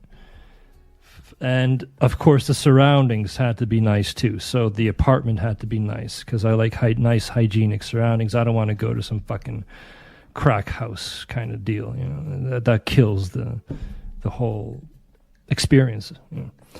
So I did have a, let's say, maximum, out of all the whores I fucked, I'd say maximum 10 fit that criteria. And I had several prostitutes that I visited over a dozen times because of that. Because the market, even back then in my golden years, was slim pickings, even back then. And the only reason I discovered those gems, they were gems, was because I had a lot of money from the banks, and I was able to just take risks. Yeah. And I thought to myself, because I was using Canadian dollars, they weren't technically I didn't feel like they were mine. I feel like they were given to me by bankers, or I took it from bankers legally. legally. I didn't do anything illegal. They couldn't put me in prison for that. So I thought to myself, 150 PLN, 100 PLN, so $30, $40, $50, $60. I can take a risk, If it doesn't work out, oh well, I lost $60. So, but 200 PLN back then for a person working in Poland and earning a Polish wage was a lot of money. But for me, a foreigner that had just arrived, or with Canadian dollars that were, most of them were taken from banks, it was not a lot of money. So I took risks, and thanks to those risks, I discovered a lot of gems. And I'd say about 10 prostitutes fit that criteria, or those criteria. It's plural. And I visited several of them more than a dozen times, even a couple of them around 20 times, because it was raw dog. It was great. They gave me everything I needed. But sex with civilians is ultimately more satisfying. Yeah, I have to agree with you. Who said that? The Terrible, Tetsuo the Terrible. Yeah, the best sex the best. It's a different kind of sex, even with the prostitutes that fit those criteria. It's a completely different kind of experience. It's not nearly as intimate as it is with a civilian that's completely into you, and it's in the comfort of your own home, your own domain, and you control everything.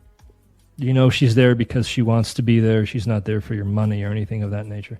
So, and hopefully she is not completely stupid. So after sex, you can talk about something, spend some time together, and then have sex again, for example.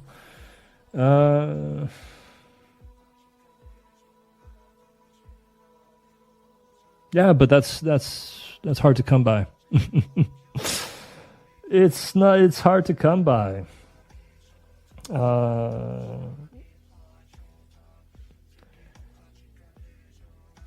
It's hard to come by.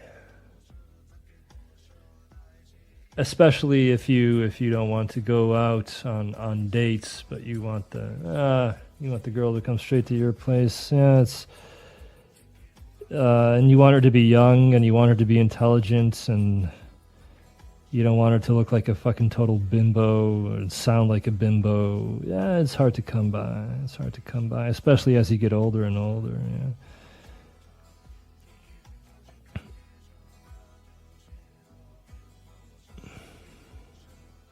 And with prostitutes, I talked about this before too. There are many life-denying aspects to prostitutes that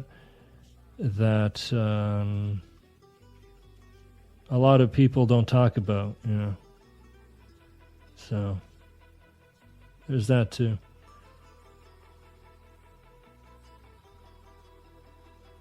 Either way, if you haven't had a lot of experience with women, then I suppose just going to a prostitute and even getting a mechanical service, it'll be something good for you, something special.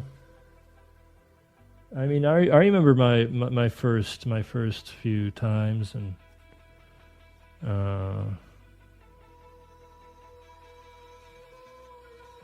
I had no point of reference really, so.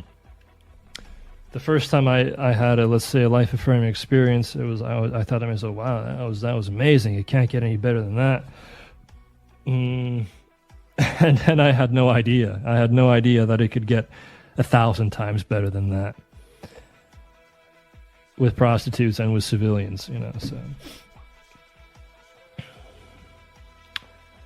So if you're a greenhorn, if you're just starting out.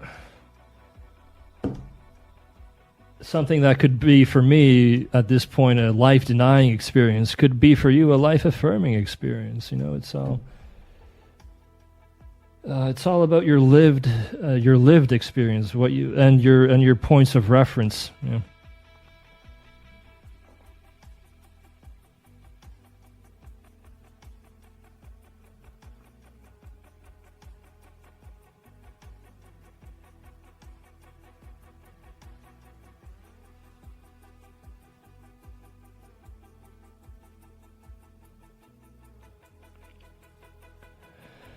Tetsuo says, right now in Italy it's 100 euros for one session. I'm assuming that session lasts about 30 minutes.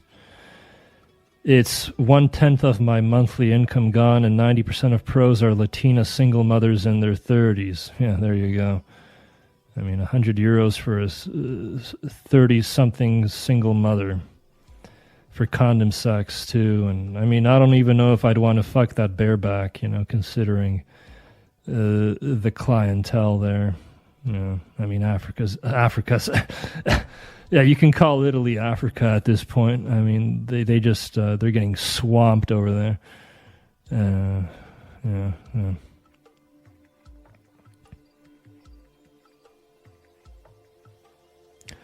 Give them another 5-10 years. I mean, there are whole districts now that look like Africa in Italy.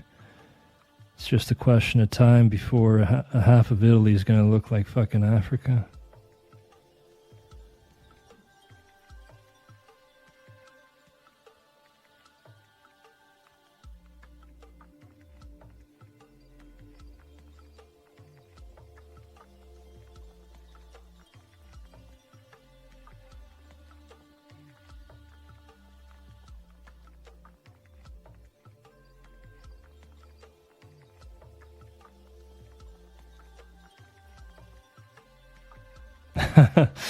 Tetsuo says, my best memories are sex with my ex, and after that we would drink milk and eat cookies. LOL, nice memories. Unfortunately, though, everything gets old, and those cookies and milk tasted worse every time. Yes. Yeah, those cookies grew stale eventually. Yes, that's life. Yeah. That's how it goes. But you have those best memories still, yes? Before the cookies grew stale and before the milk went bad. You have those nice memories of the fresh cookies and the fresh milk and the fresh sex. Yeah.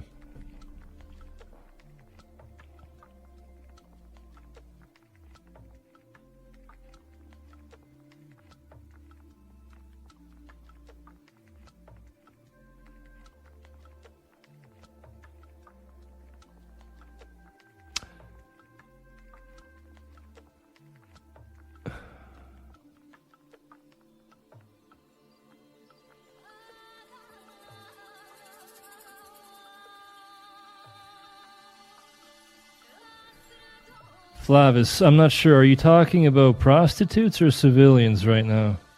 With your question about 8s and 6s.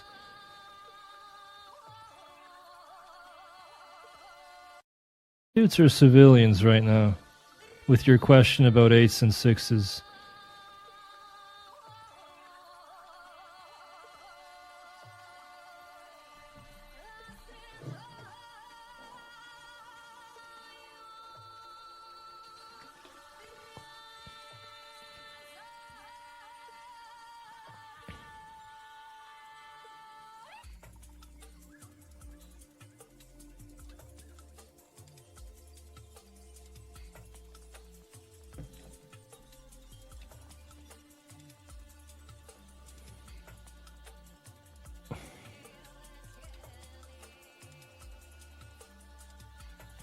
I don't really remember saying that.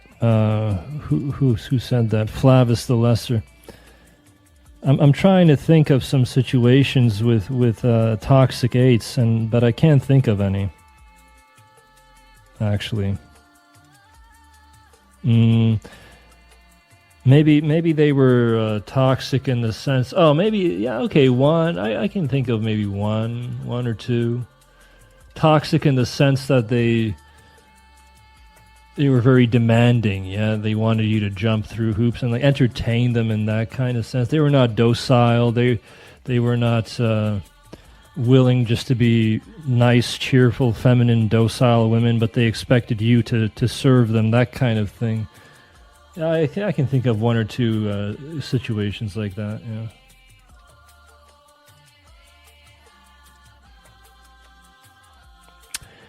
Long-time listener, you mentioned you suffered for years. What are some examples of your suffering aside from cunning? Suffered. Well, I suffered for years due to my exceptionally lanky and emaciated body. You can call that mental anguish, hatred of one's appearance.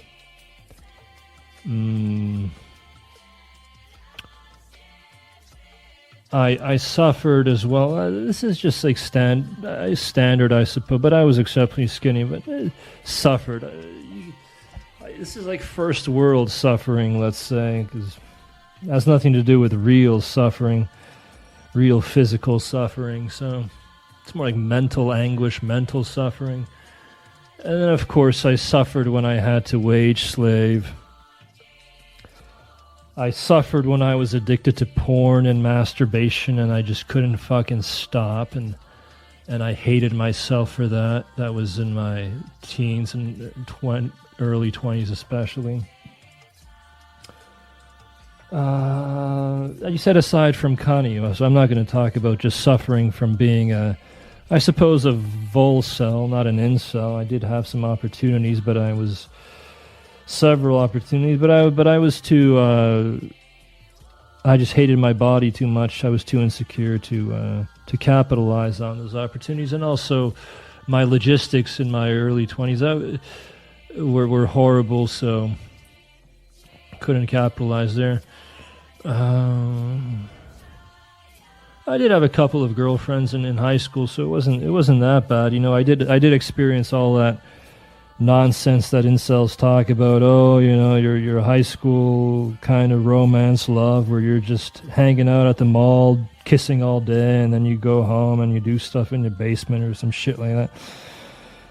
Yeah, you're not missing out. If you missed out on that, I suppose you don't know, and that's why maybe you're suffering. But I didn't miss out on that, and I can tell you it's nothing special. At least looking back, I mean, maybe it would have been much better. I mean, the girls were attractive; they were young and attractive, but too. But yeah, perhaps it could have been much better if I had been well built and confident, and I could have really used them much better than I did. But the whole kind of teenage romance thing I did experience, the whole kissing, making out, holding hands, blah blah blah. Aside from the sex, yeah, there was foreplay, there was oral sex. There was no sex, but there was oral sex. But the whole, I'm talking strictly about the romance thing. Your teenage romance, high school romance nonsense. I experienced that, and nothing. I don't look back at that and say, oh well, yeah. I look back at that fondly. I don't look back at that fondly at all. No, I don't. So that's just a message to anyone who perhaps is depressed or sad that they didn't get to experience the teenage romance BS. You didn't miss out on much, unless you're hideous. I mean, if you were hideous, and if you are hideous, then that in itself is a tragedy. And I can't help you there, because I was never hideous, so... If I were hideous, I mean, it was hard enough dealing with my skinny body, but if I were legitimately hideous, I'd probably off myself. I can't imagine being hideous, really. Must be terrible.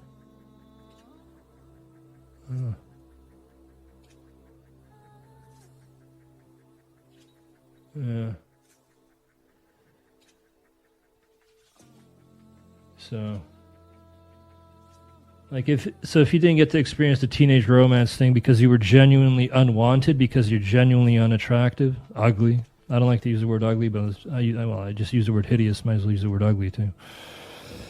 Then that hits different. That hits different. I experienced the teenage romance thing, and I could have experienced more of it because other girls were into me. I was just shy when it came to girls. When it came to actually, I was never shy when it came to interacting with girls. I had a lot of female friends. One of them was into me, totally into me, but I was not into her. A lot of guys were into her, but I was not into her. She just looked like a total whore. Not my type. But so I had no problem with interacting with females, with girls, women. But when it came to actually going after women that I knew liked me and I liked in return, I was really awkward because I just really disliked my body. Yeah, it's the main thing. So I went after women that did not show any interest in me, and they rejected me, and that was that. But the ones that I liked and I knew for a fact liked me in return, I didn't go after them because I knew that they would say yes, and then I'd have to get naked sooner or later and be super skinny in front of them, and it sounds ridiculous, but that's the way it was. So with the two girls I did have, the two girlfriends I did have, I talked about this in the past when we did, aside from the making out and romantic shit, when we did anything sexual that required getting naked, it would be in my pitch black basement. So and that's because I was really insecure about my body. So suffering Wage slaving. I hated wage slaving. That was pure suffering for me. Waking up, having to wake up, having a boss, having to do all these tasks. I suffered a lot when I worked the fucking night shift at this one place. I remember I was young and I thought to myself, God damn, I'm young, I'm full of energy, and here I am just rotting away because I was not born into a rich family. This is completely unfair. I am in this fucking distribution center working as a forklift operator just to save some fucking money that rich people wipe their asses with. And youth is so short, life is so short, and youth is even shorter, and here I am in this dusty warehouse. I remember once before starting my shift, I was listening to Pink Floyd and some interview with Roger Waters, and he was talking about how they made a tremendous amount of money having a lot of fun. I remember that. I was 19. I remember that like it was today. And I thought to myself, this was before the start of my shift, and I thought to myself, God damn, motherfuckers. Here I am working for a pittance, busting my ass for a fucking pittance with dregs, and these guys, these musicians, they made millions having a lot of fun. You know, and then I had to start my shift, but yeah, that's the way. I did have a goal. That's the whole point, though. I mean, it was hard. It was hard work, but I was not spending my money like a dreg on alcohol, on weed, on fast food. No, I was saving it all up, and the goal was there. And eventually, I achieved my goal and broke the shackles of wage slavery and attained freedom. And I broke the shackles of my skinny body with the help of modern pharmacology, and never looked back, and salvaged what was left of my youth. And now at the age of 40, I can look back and say, I did all I was able to do. Given the circumstances, given the family I was born into, the environment I was born into, I did all I was able to do. I have very few regrets, in fact. I suppose the main regret is that I didn't hop on roids as soon as I moved to Poland when I was 24 and a half, 25. I should have hopped on roids right there and then. And I could have squeezed another 3 years of prime years of an amazing roided physique instead of waiting 3 years. And also associating with some extremely toxic Americans during those 3.5 years before I hopped on roids. I wasted a lot of time with extremely, extremely toxic people. And as the saying goes, you lie down with dogs, you get fleas. So you got to protect your energy because your energy is priceless, okay? And protect it at all costs because there are all kinds of energy vampires around you. And they want to take your energy. And they want to feed off your fucking energy for whatever reason. It could be women, it could be men, dregs, anybody, family members. They want to feed off your energy. You got to protect your energy. And in order to be able to protect your energy, you have to be self-sufficient. You have to really adopt that lone wolf mentality and become self-sufficient, not reliant on people, the company of people. And actually, the internet can really help with that because thanks to the internet, you have no reason to feel lonely and to seek out company in real life at all costs. Because thanks to the internet, you can filter out your company. You can choose who you want to socialize with online, and protect your energy that way. Because you can turn off those people at any moment. Just hit that X, and you're gone, you're out of there, and then you can be in and out whenever you please. So it's very easy to protect your energy online, as opposed to in real life, where you've got fucking chimps and parasites all around you.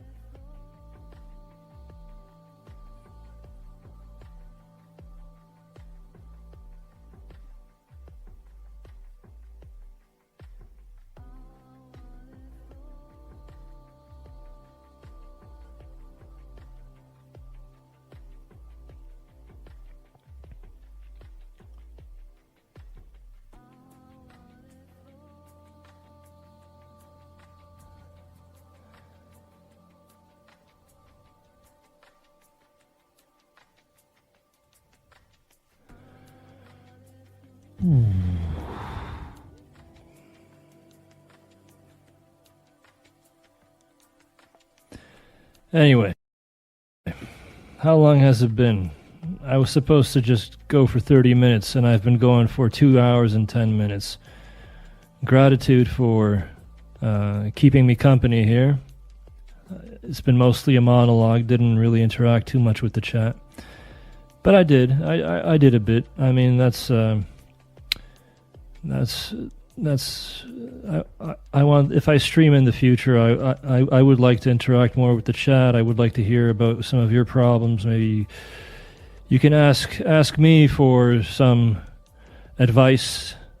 I think at this point in my life I am qualified to offer some advice to younger men and men in general, because well, I've been through a lot for a Westerner, okay, and I came out satisfied with life. This is not even the twilight of my youth anymore. My youth is over. I've entered middle age. I think 40 is officially the start of middle age. So I can say that at 40 I'm satisfied.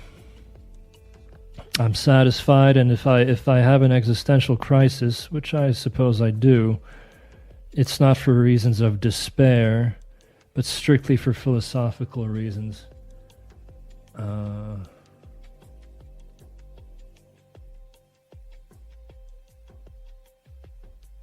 Because all my needs are met, and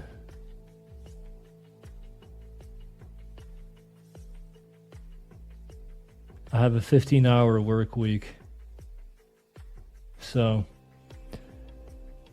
I'll increase the trend, decrease the test, see what that does, if it does anything. I'm curious. It'll probably just make me sweat more at night.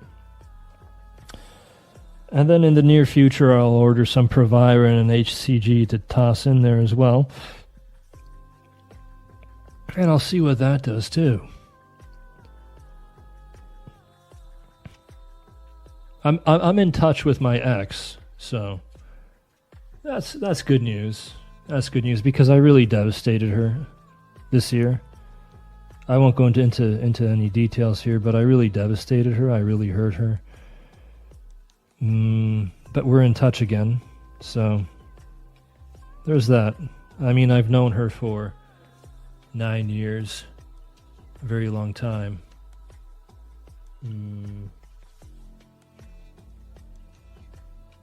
She blocked me after I devastated her, but we're in touch again, so maybe we will reconnect in the future. I'll see. At least platonically, for sure, I think. Because at this point I can say she's the only woman in my heart. My mother, unfortunately, after what I learned about her recently, I can't really say. I mean, Can't really say she's in my heart anymore, my mother. She was a good mother. I can't take that away from her.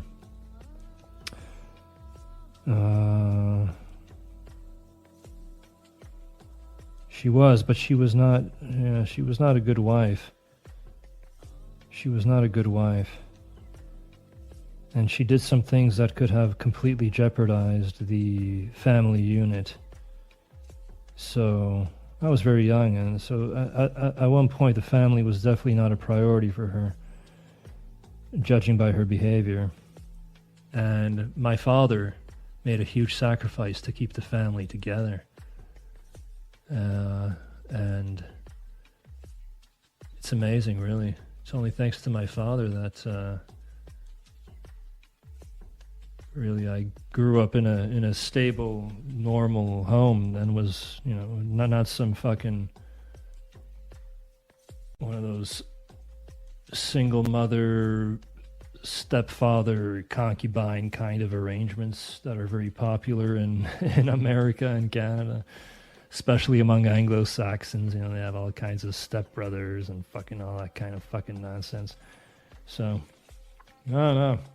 My father made a huge sacrifice for his family, for his kids, and I really appreciate that. More so now than ever. I always pitied him because of the sacrifices he made for the family, but now after learning all these things, I pity him even more.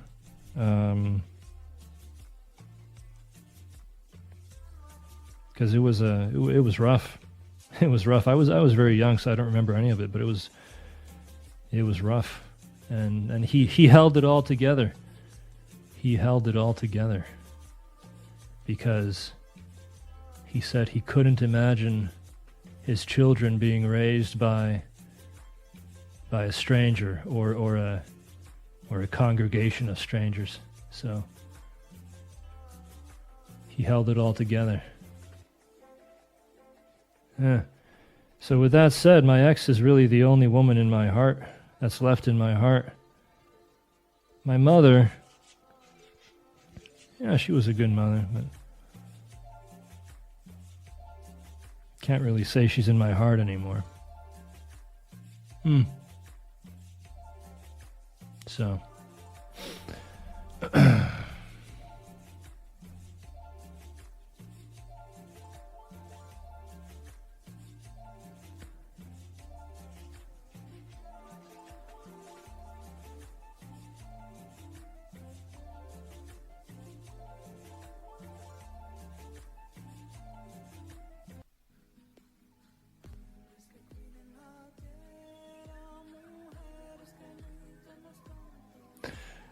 Aaron asks, what does your father expect from you?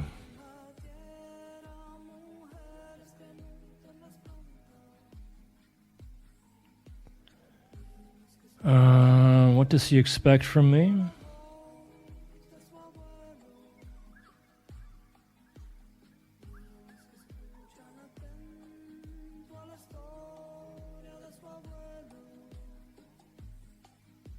That's a good question.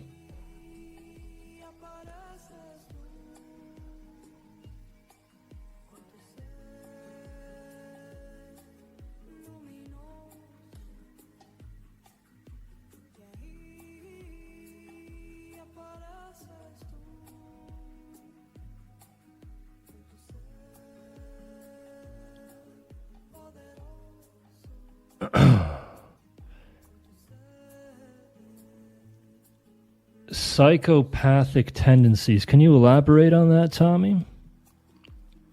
What kind of psychopathic tendencies do you think I have?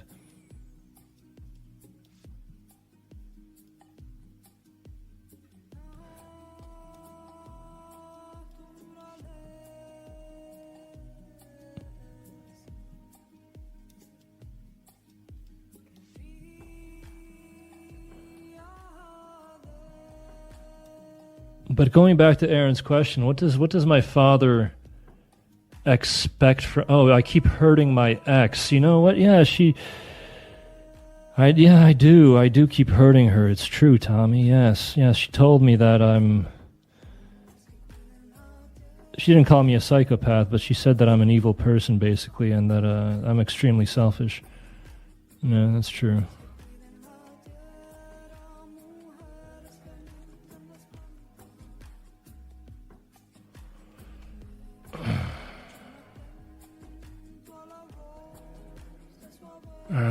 What does my father expect from me? I mean, fuck. What can I say? I'm self-sufficient. I mean, of course, with I I don't drink. I don't do drugs. I lead a healthy lifestyle. I mean, if you don't consider steroids to be drugs, and I take some sleeping meds. I cycle sleeping meds because I've had problems with sleeping for many years. But I'm pretty straight edge when it comes to my lifestyle.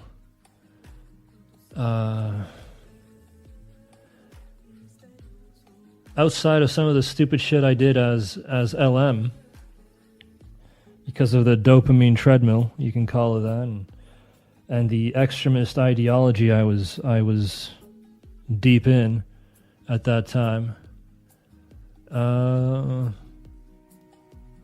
which my father knows about. I told him about it.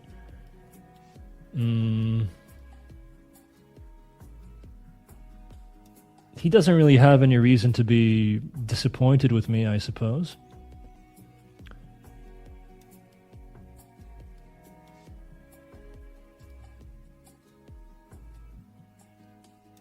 He has a very philosophical approach to life. So he's never been very materialistic. And he's never been status obsessed. And he's never been one of those parents that wants, by all means, his child to be a doctor or a lawyer or have a piece of paper from a university or anything of that nature. He just wanted me to be content and free. Free is a good word. He's always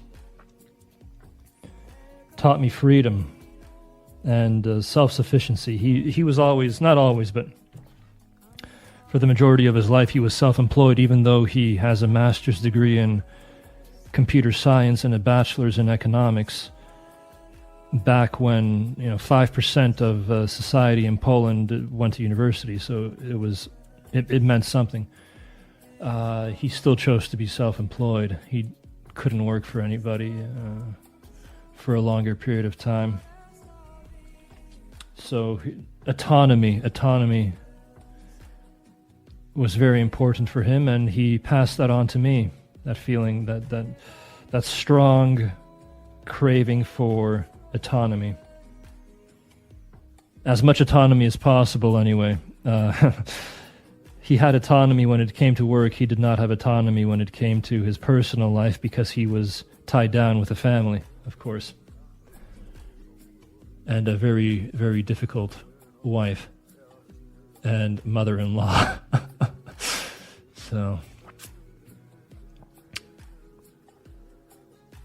So he sees that he has seen how I've lived for the last decade or so, and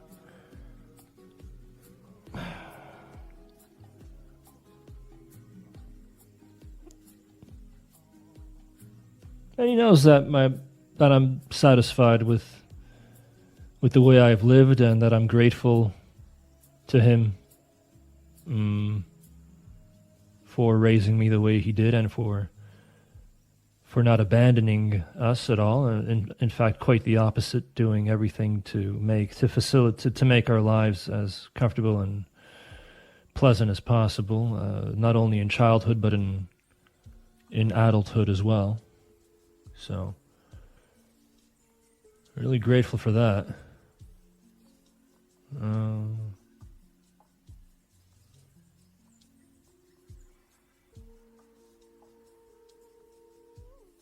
And I admire his optimism. I really do. And his energy and his lust for life, even at the age of 70. I'm not sure how he does it, but he's something else. But in that case, we differ, that's for sure.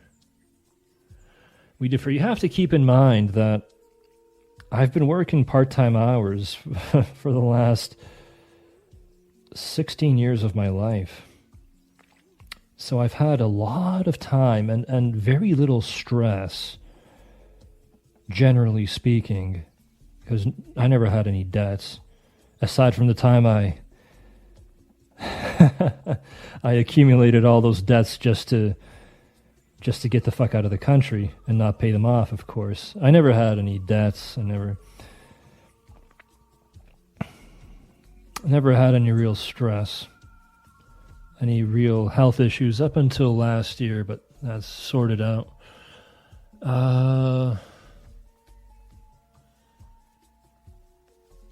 So I had 16 years of working part-time hours.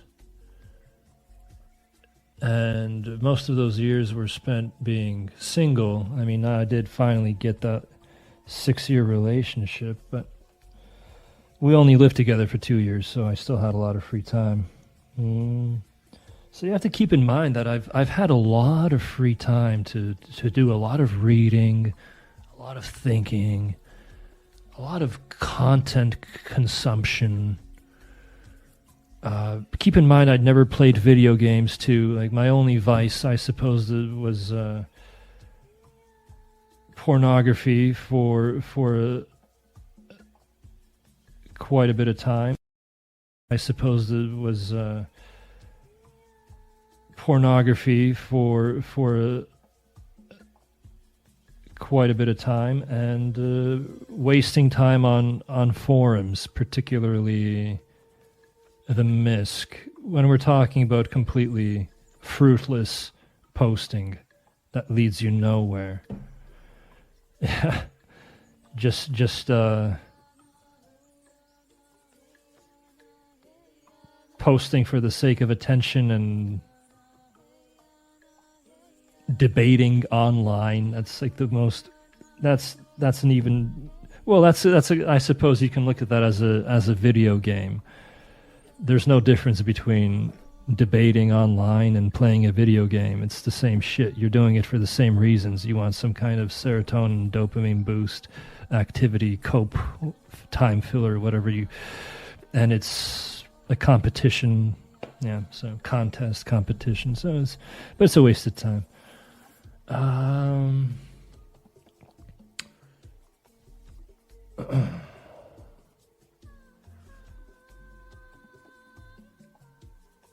Never wasted too much time watching sports or learning about athletes or all the rest of it. So yeah, you gotta keep that in mind, that I've had a lot of free time to consume a lot of content.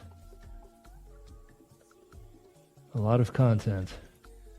And there's only so much content you can consume before your brain grows tired and you realize that's enough. That's enough. That's enough for me. It's just like with my videos, my LM videos. At one point, with LM's ideology, this androcentrism thing going, at one point I felt, okay, I have nothing more to say as LM. I've said all there is to say. I'm not going to go into this whole YouTuber drama, exposing grifters, challenging others to debates. That's not my style. But when it came to the ideology itself, at one point I thought to myself, okay, I'm done. I've covered every topic of importance that I wanted to cover in very long scripted videos in which I paid attention to every word. I articulated my ideology, my thoughts in the way I wanted to. At that time, I mean, I've completely detached myself from that ideology, but I'm just making a point here that even then, as LM, I reached a point where I just didn't want to make it. I didn't need to make any more videos because the videos I had already made were sufficient in getting the point across and clearing my mind. I had to get that stuff off my chest, and I did so in a coherent, articulate way. And that's why at one point I stopped making videos, because I simply didn't need to make any more videos. I just felt I was being redundant. And I turned to streaming, but then the streaming got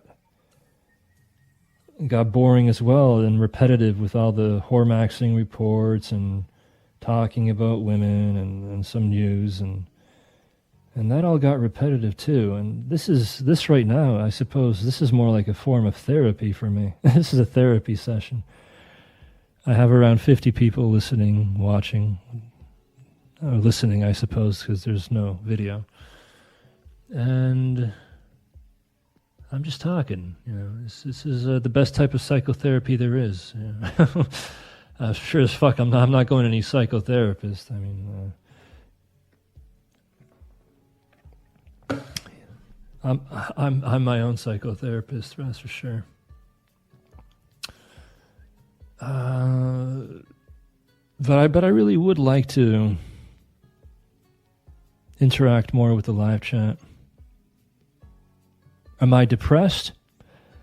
I'm not sure what that means. Fakey left, and I'm being serious right now. I'm not sure what that means.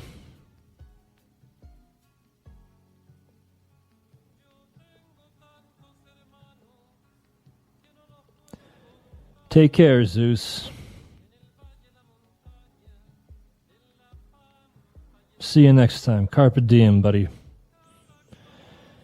Carpe diem. Carpe diem, because you'll all be 40 soon enough.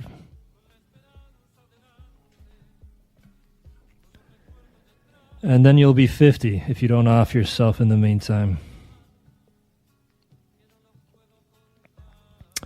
Oh, quetiapine. I used to take quetiapine, Peter Parker, but then I lost access to it, and I haven't taken quetiapine now for a long time. Over a year, actually. And I don't intend to take it again.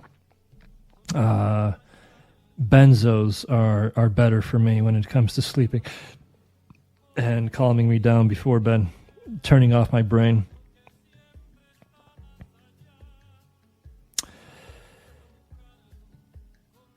Memento mori, boyos. Memento mori.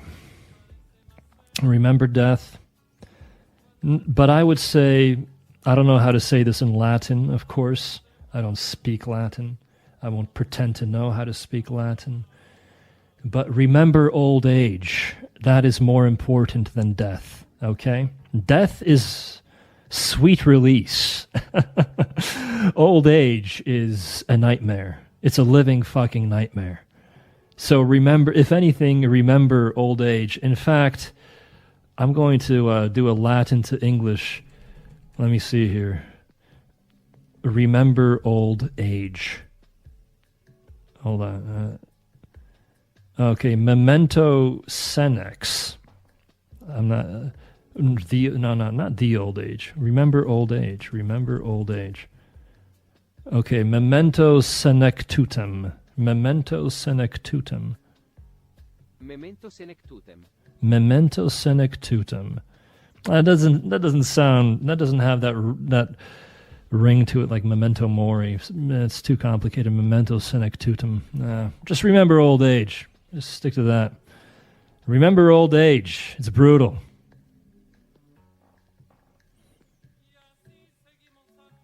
Being old is a privilege not granted to everyone, though.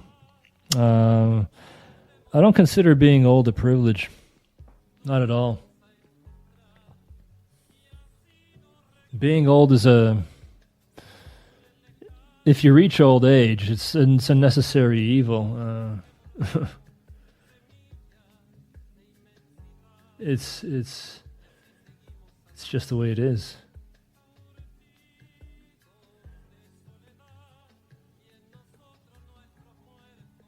I'll tell you, if you're talking about, there's nothing, privilege and old age, those words don't go together. Being young and healthy is a privilege not granted to everyone. That I can agree with. Being young and healthy and experiencing beautiful life-affirming moments, that is a privilege not granted to everyone. But it's not just a privilege. It's also something you have to work for. The experiencing life-affirming moments part, because you have to do something to attain those life-affirming moments. They're not just going to come to you. Yes, Alex, I'm still an antinatalist 100%. Fakey left. You're 26 and you'll probably kill yourself when you're 70 with no kids. 70. Hoo. I can't imagine living another 30 years. 30 fucking years. Fakey, listen, you're 26, so you're very young. Wait until you hit 45. I mean, listen, if you're the type of person that has those copes that I spoke about much earlier, like sports. And when I say sports, I mean watching sports, knowing everything about the teams, the athletes, the schedule, the cups, the tournaments, everything, the stats. Or if you're into video games, or if you're into collecting stamps, or if you're into whatever the fuck your cope may be. If you're one of those people that has one cope or two copes or three copes that give his life subjective meaning, then by all means, you could reach 70. I don't have these copes. You can call streaming what I'm doing right now. This is a cope right now. This is giving my life some kind of subjective meaning. I'm interacting with people here. There are 56 of you watching me. Just not watching me, even just listening to me for whatever reason. And this is some kind of a subjective cope for me. This is giving me some kind of satisfaction, some kind of purpose, I suppose.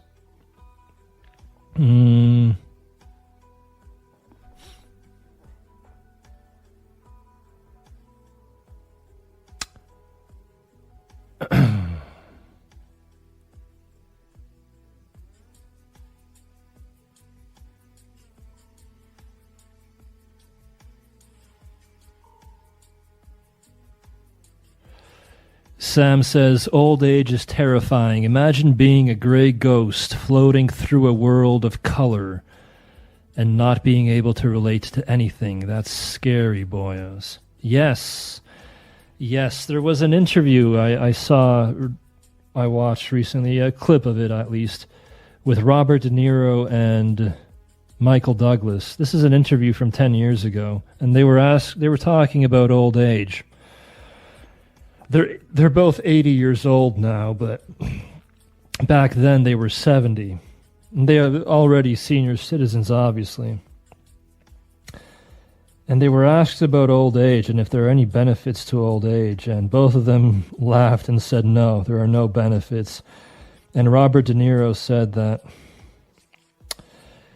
he notices that now, unless he was talking about the young generations, let's say the Zoomer generations, the young people, teenagers, he said, unless they know me, or early 20s, unless they recognize me and know me, they only look at me out of the corner of their eye and register an old man, and then completely ignore me.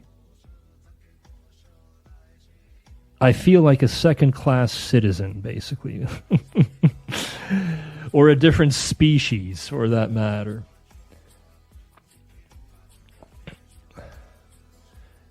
And my father said the same thing, that when he's downtown with his friends, he feels completely invisible to the young generations.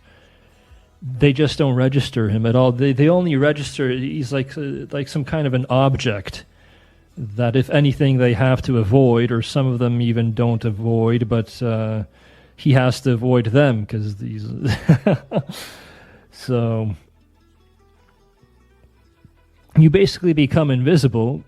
You become a ghost, like you said, Sam, a ghost, a gray ghost floating around, but you're still very much alive and aware, and you still very much feel, you have all your senses, and God's forbid you still have a good libido, and you're surrounded by all these prime women, and even if you have money at that age, it's so unnatural. Look, for some of you, if you're hideous, especially if you've been hideous all your life, if you've been obese, if you've been unwanted, then whether you're fucking a woman now for money as your hideous self, or whether you're fucking a woman at the age of 70 for money as a hideous 70-year-old, it doesn't make a difference to you, right?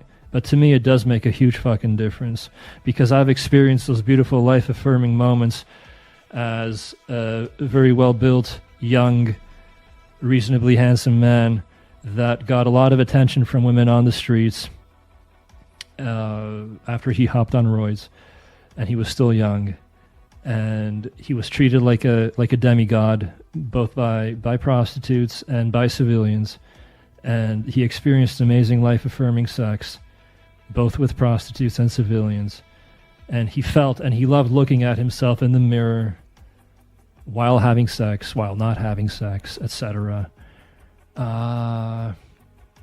So he has a point of reference, and I treated like a demigod, both by prostitutes and by civilians, and he experienced amazing life-affirming sex, both with prostitutes and civilians, and he felt and he loved looking at himself in the mirror while having sex, while not having sex, etc.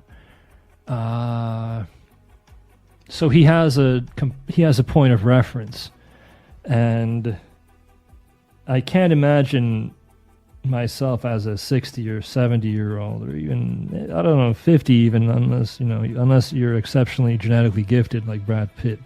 But let's not use fucking Brad Pitt as a fucking benchmark, okay? Let's not be delusional here. Brad Pitt, even among celebrities, looks like a fucking demigod at his age. No celebrity that is 60 years old looks like Brad Pitt, okay? So forget about Brad Pitt, because that's just going to be another red pill cope. Oh yeah, look at Brad Pitt, he's 60 and look at him. You can look like that. No, you can't look like that when you're 60, okay? Celebrities, nobody can look like that. He's some kind of a phenomenon. All right, so don't let some red pillars use Brad Pitt as an example. Let's get back down to earth here, okay? So if you have a point of reference and you're this nasty ghoul, geriatric ghoul with everything sagging and everything, and then there's you and there's that fresh young woman in front of you, that disgusting, not disgusting, that grotesque contrast. And you know that the only reason, there's no other reason at all that she's there, is because at this point it's not even daddy issues, it's like great-grandpa issues, great-grandfather issues almost. It is the money, and the whole act itself would look so grotesque. Because it is grotesque. It is unnatural. There's absolutely nothing fucking natural at all. Atavistically natural, subconsciously satisfying about a 70-year-old ghoul fucking a prime woman. There's nothing aesthetic about it, nothing life-affirming about it. But once again, if you've been hideous your entire life, it doesn't matter to you, because if you're hideous, then there's nothing natural about a hideous man having sex with a prime woman, having sex in general, if you're hideous physically and facially, you're deformed, whatever. There's nothing natural about that. So.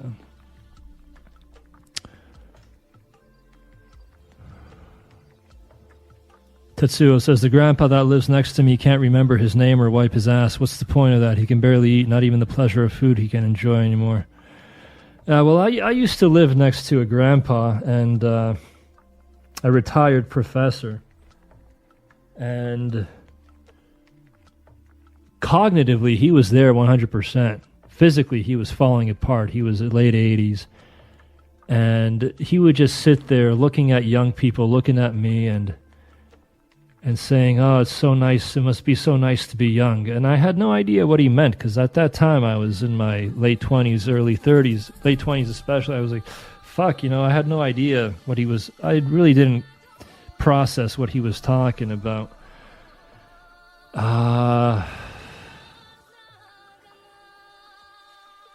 But he was basically a fully sane, cognitively sound man trapped in this disgusting, old, frail, saggy body. It was a prison for him. It's a prison.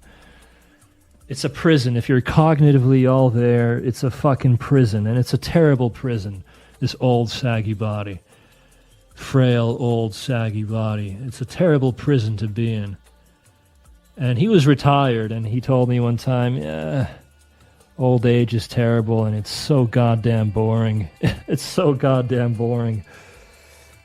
Even though he was a retired professor.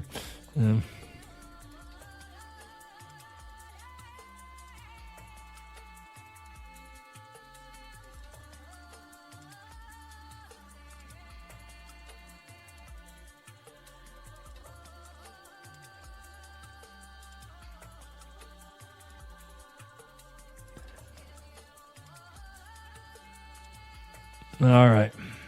I was supposed to end it about half an hour ago. I'm ending it now. Till next time, don't forget that life and cunny, life and women taste the sweetest when you're young, full of vitality and full of collagen.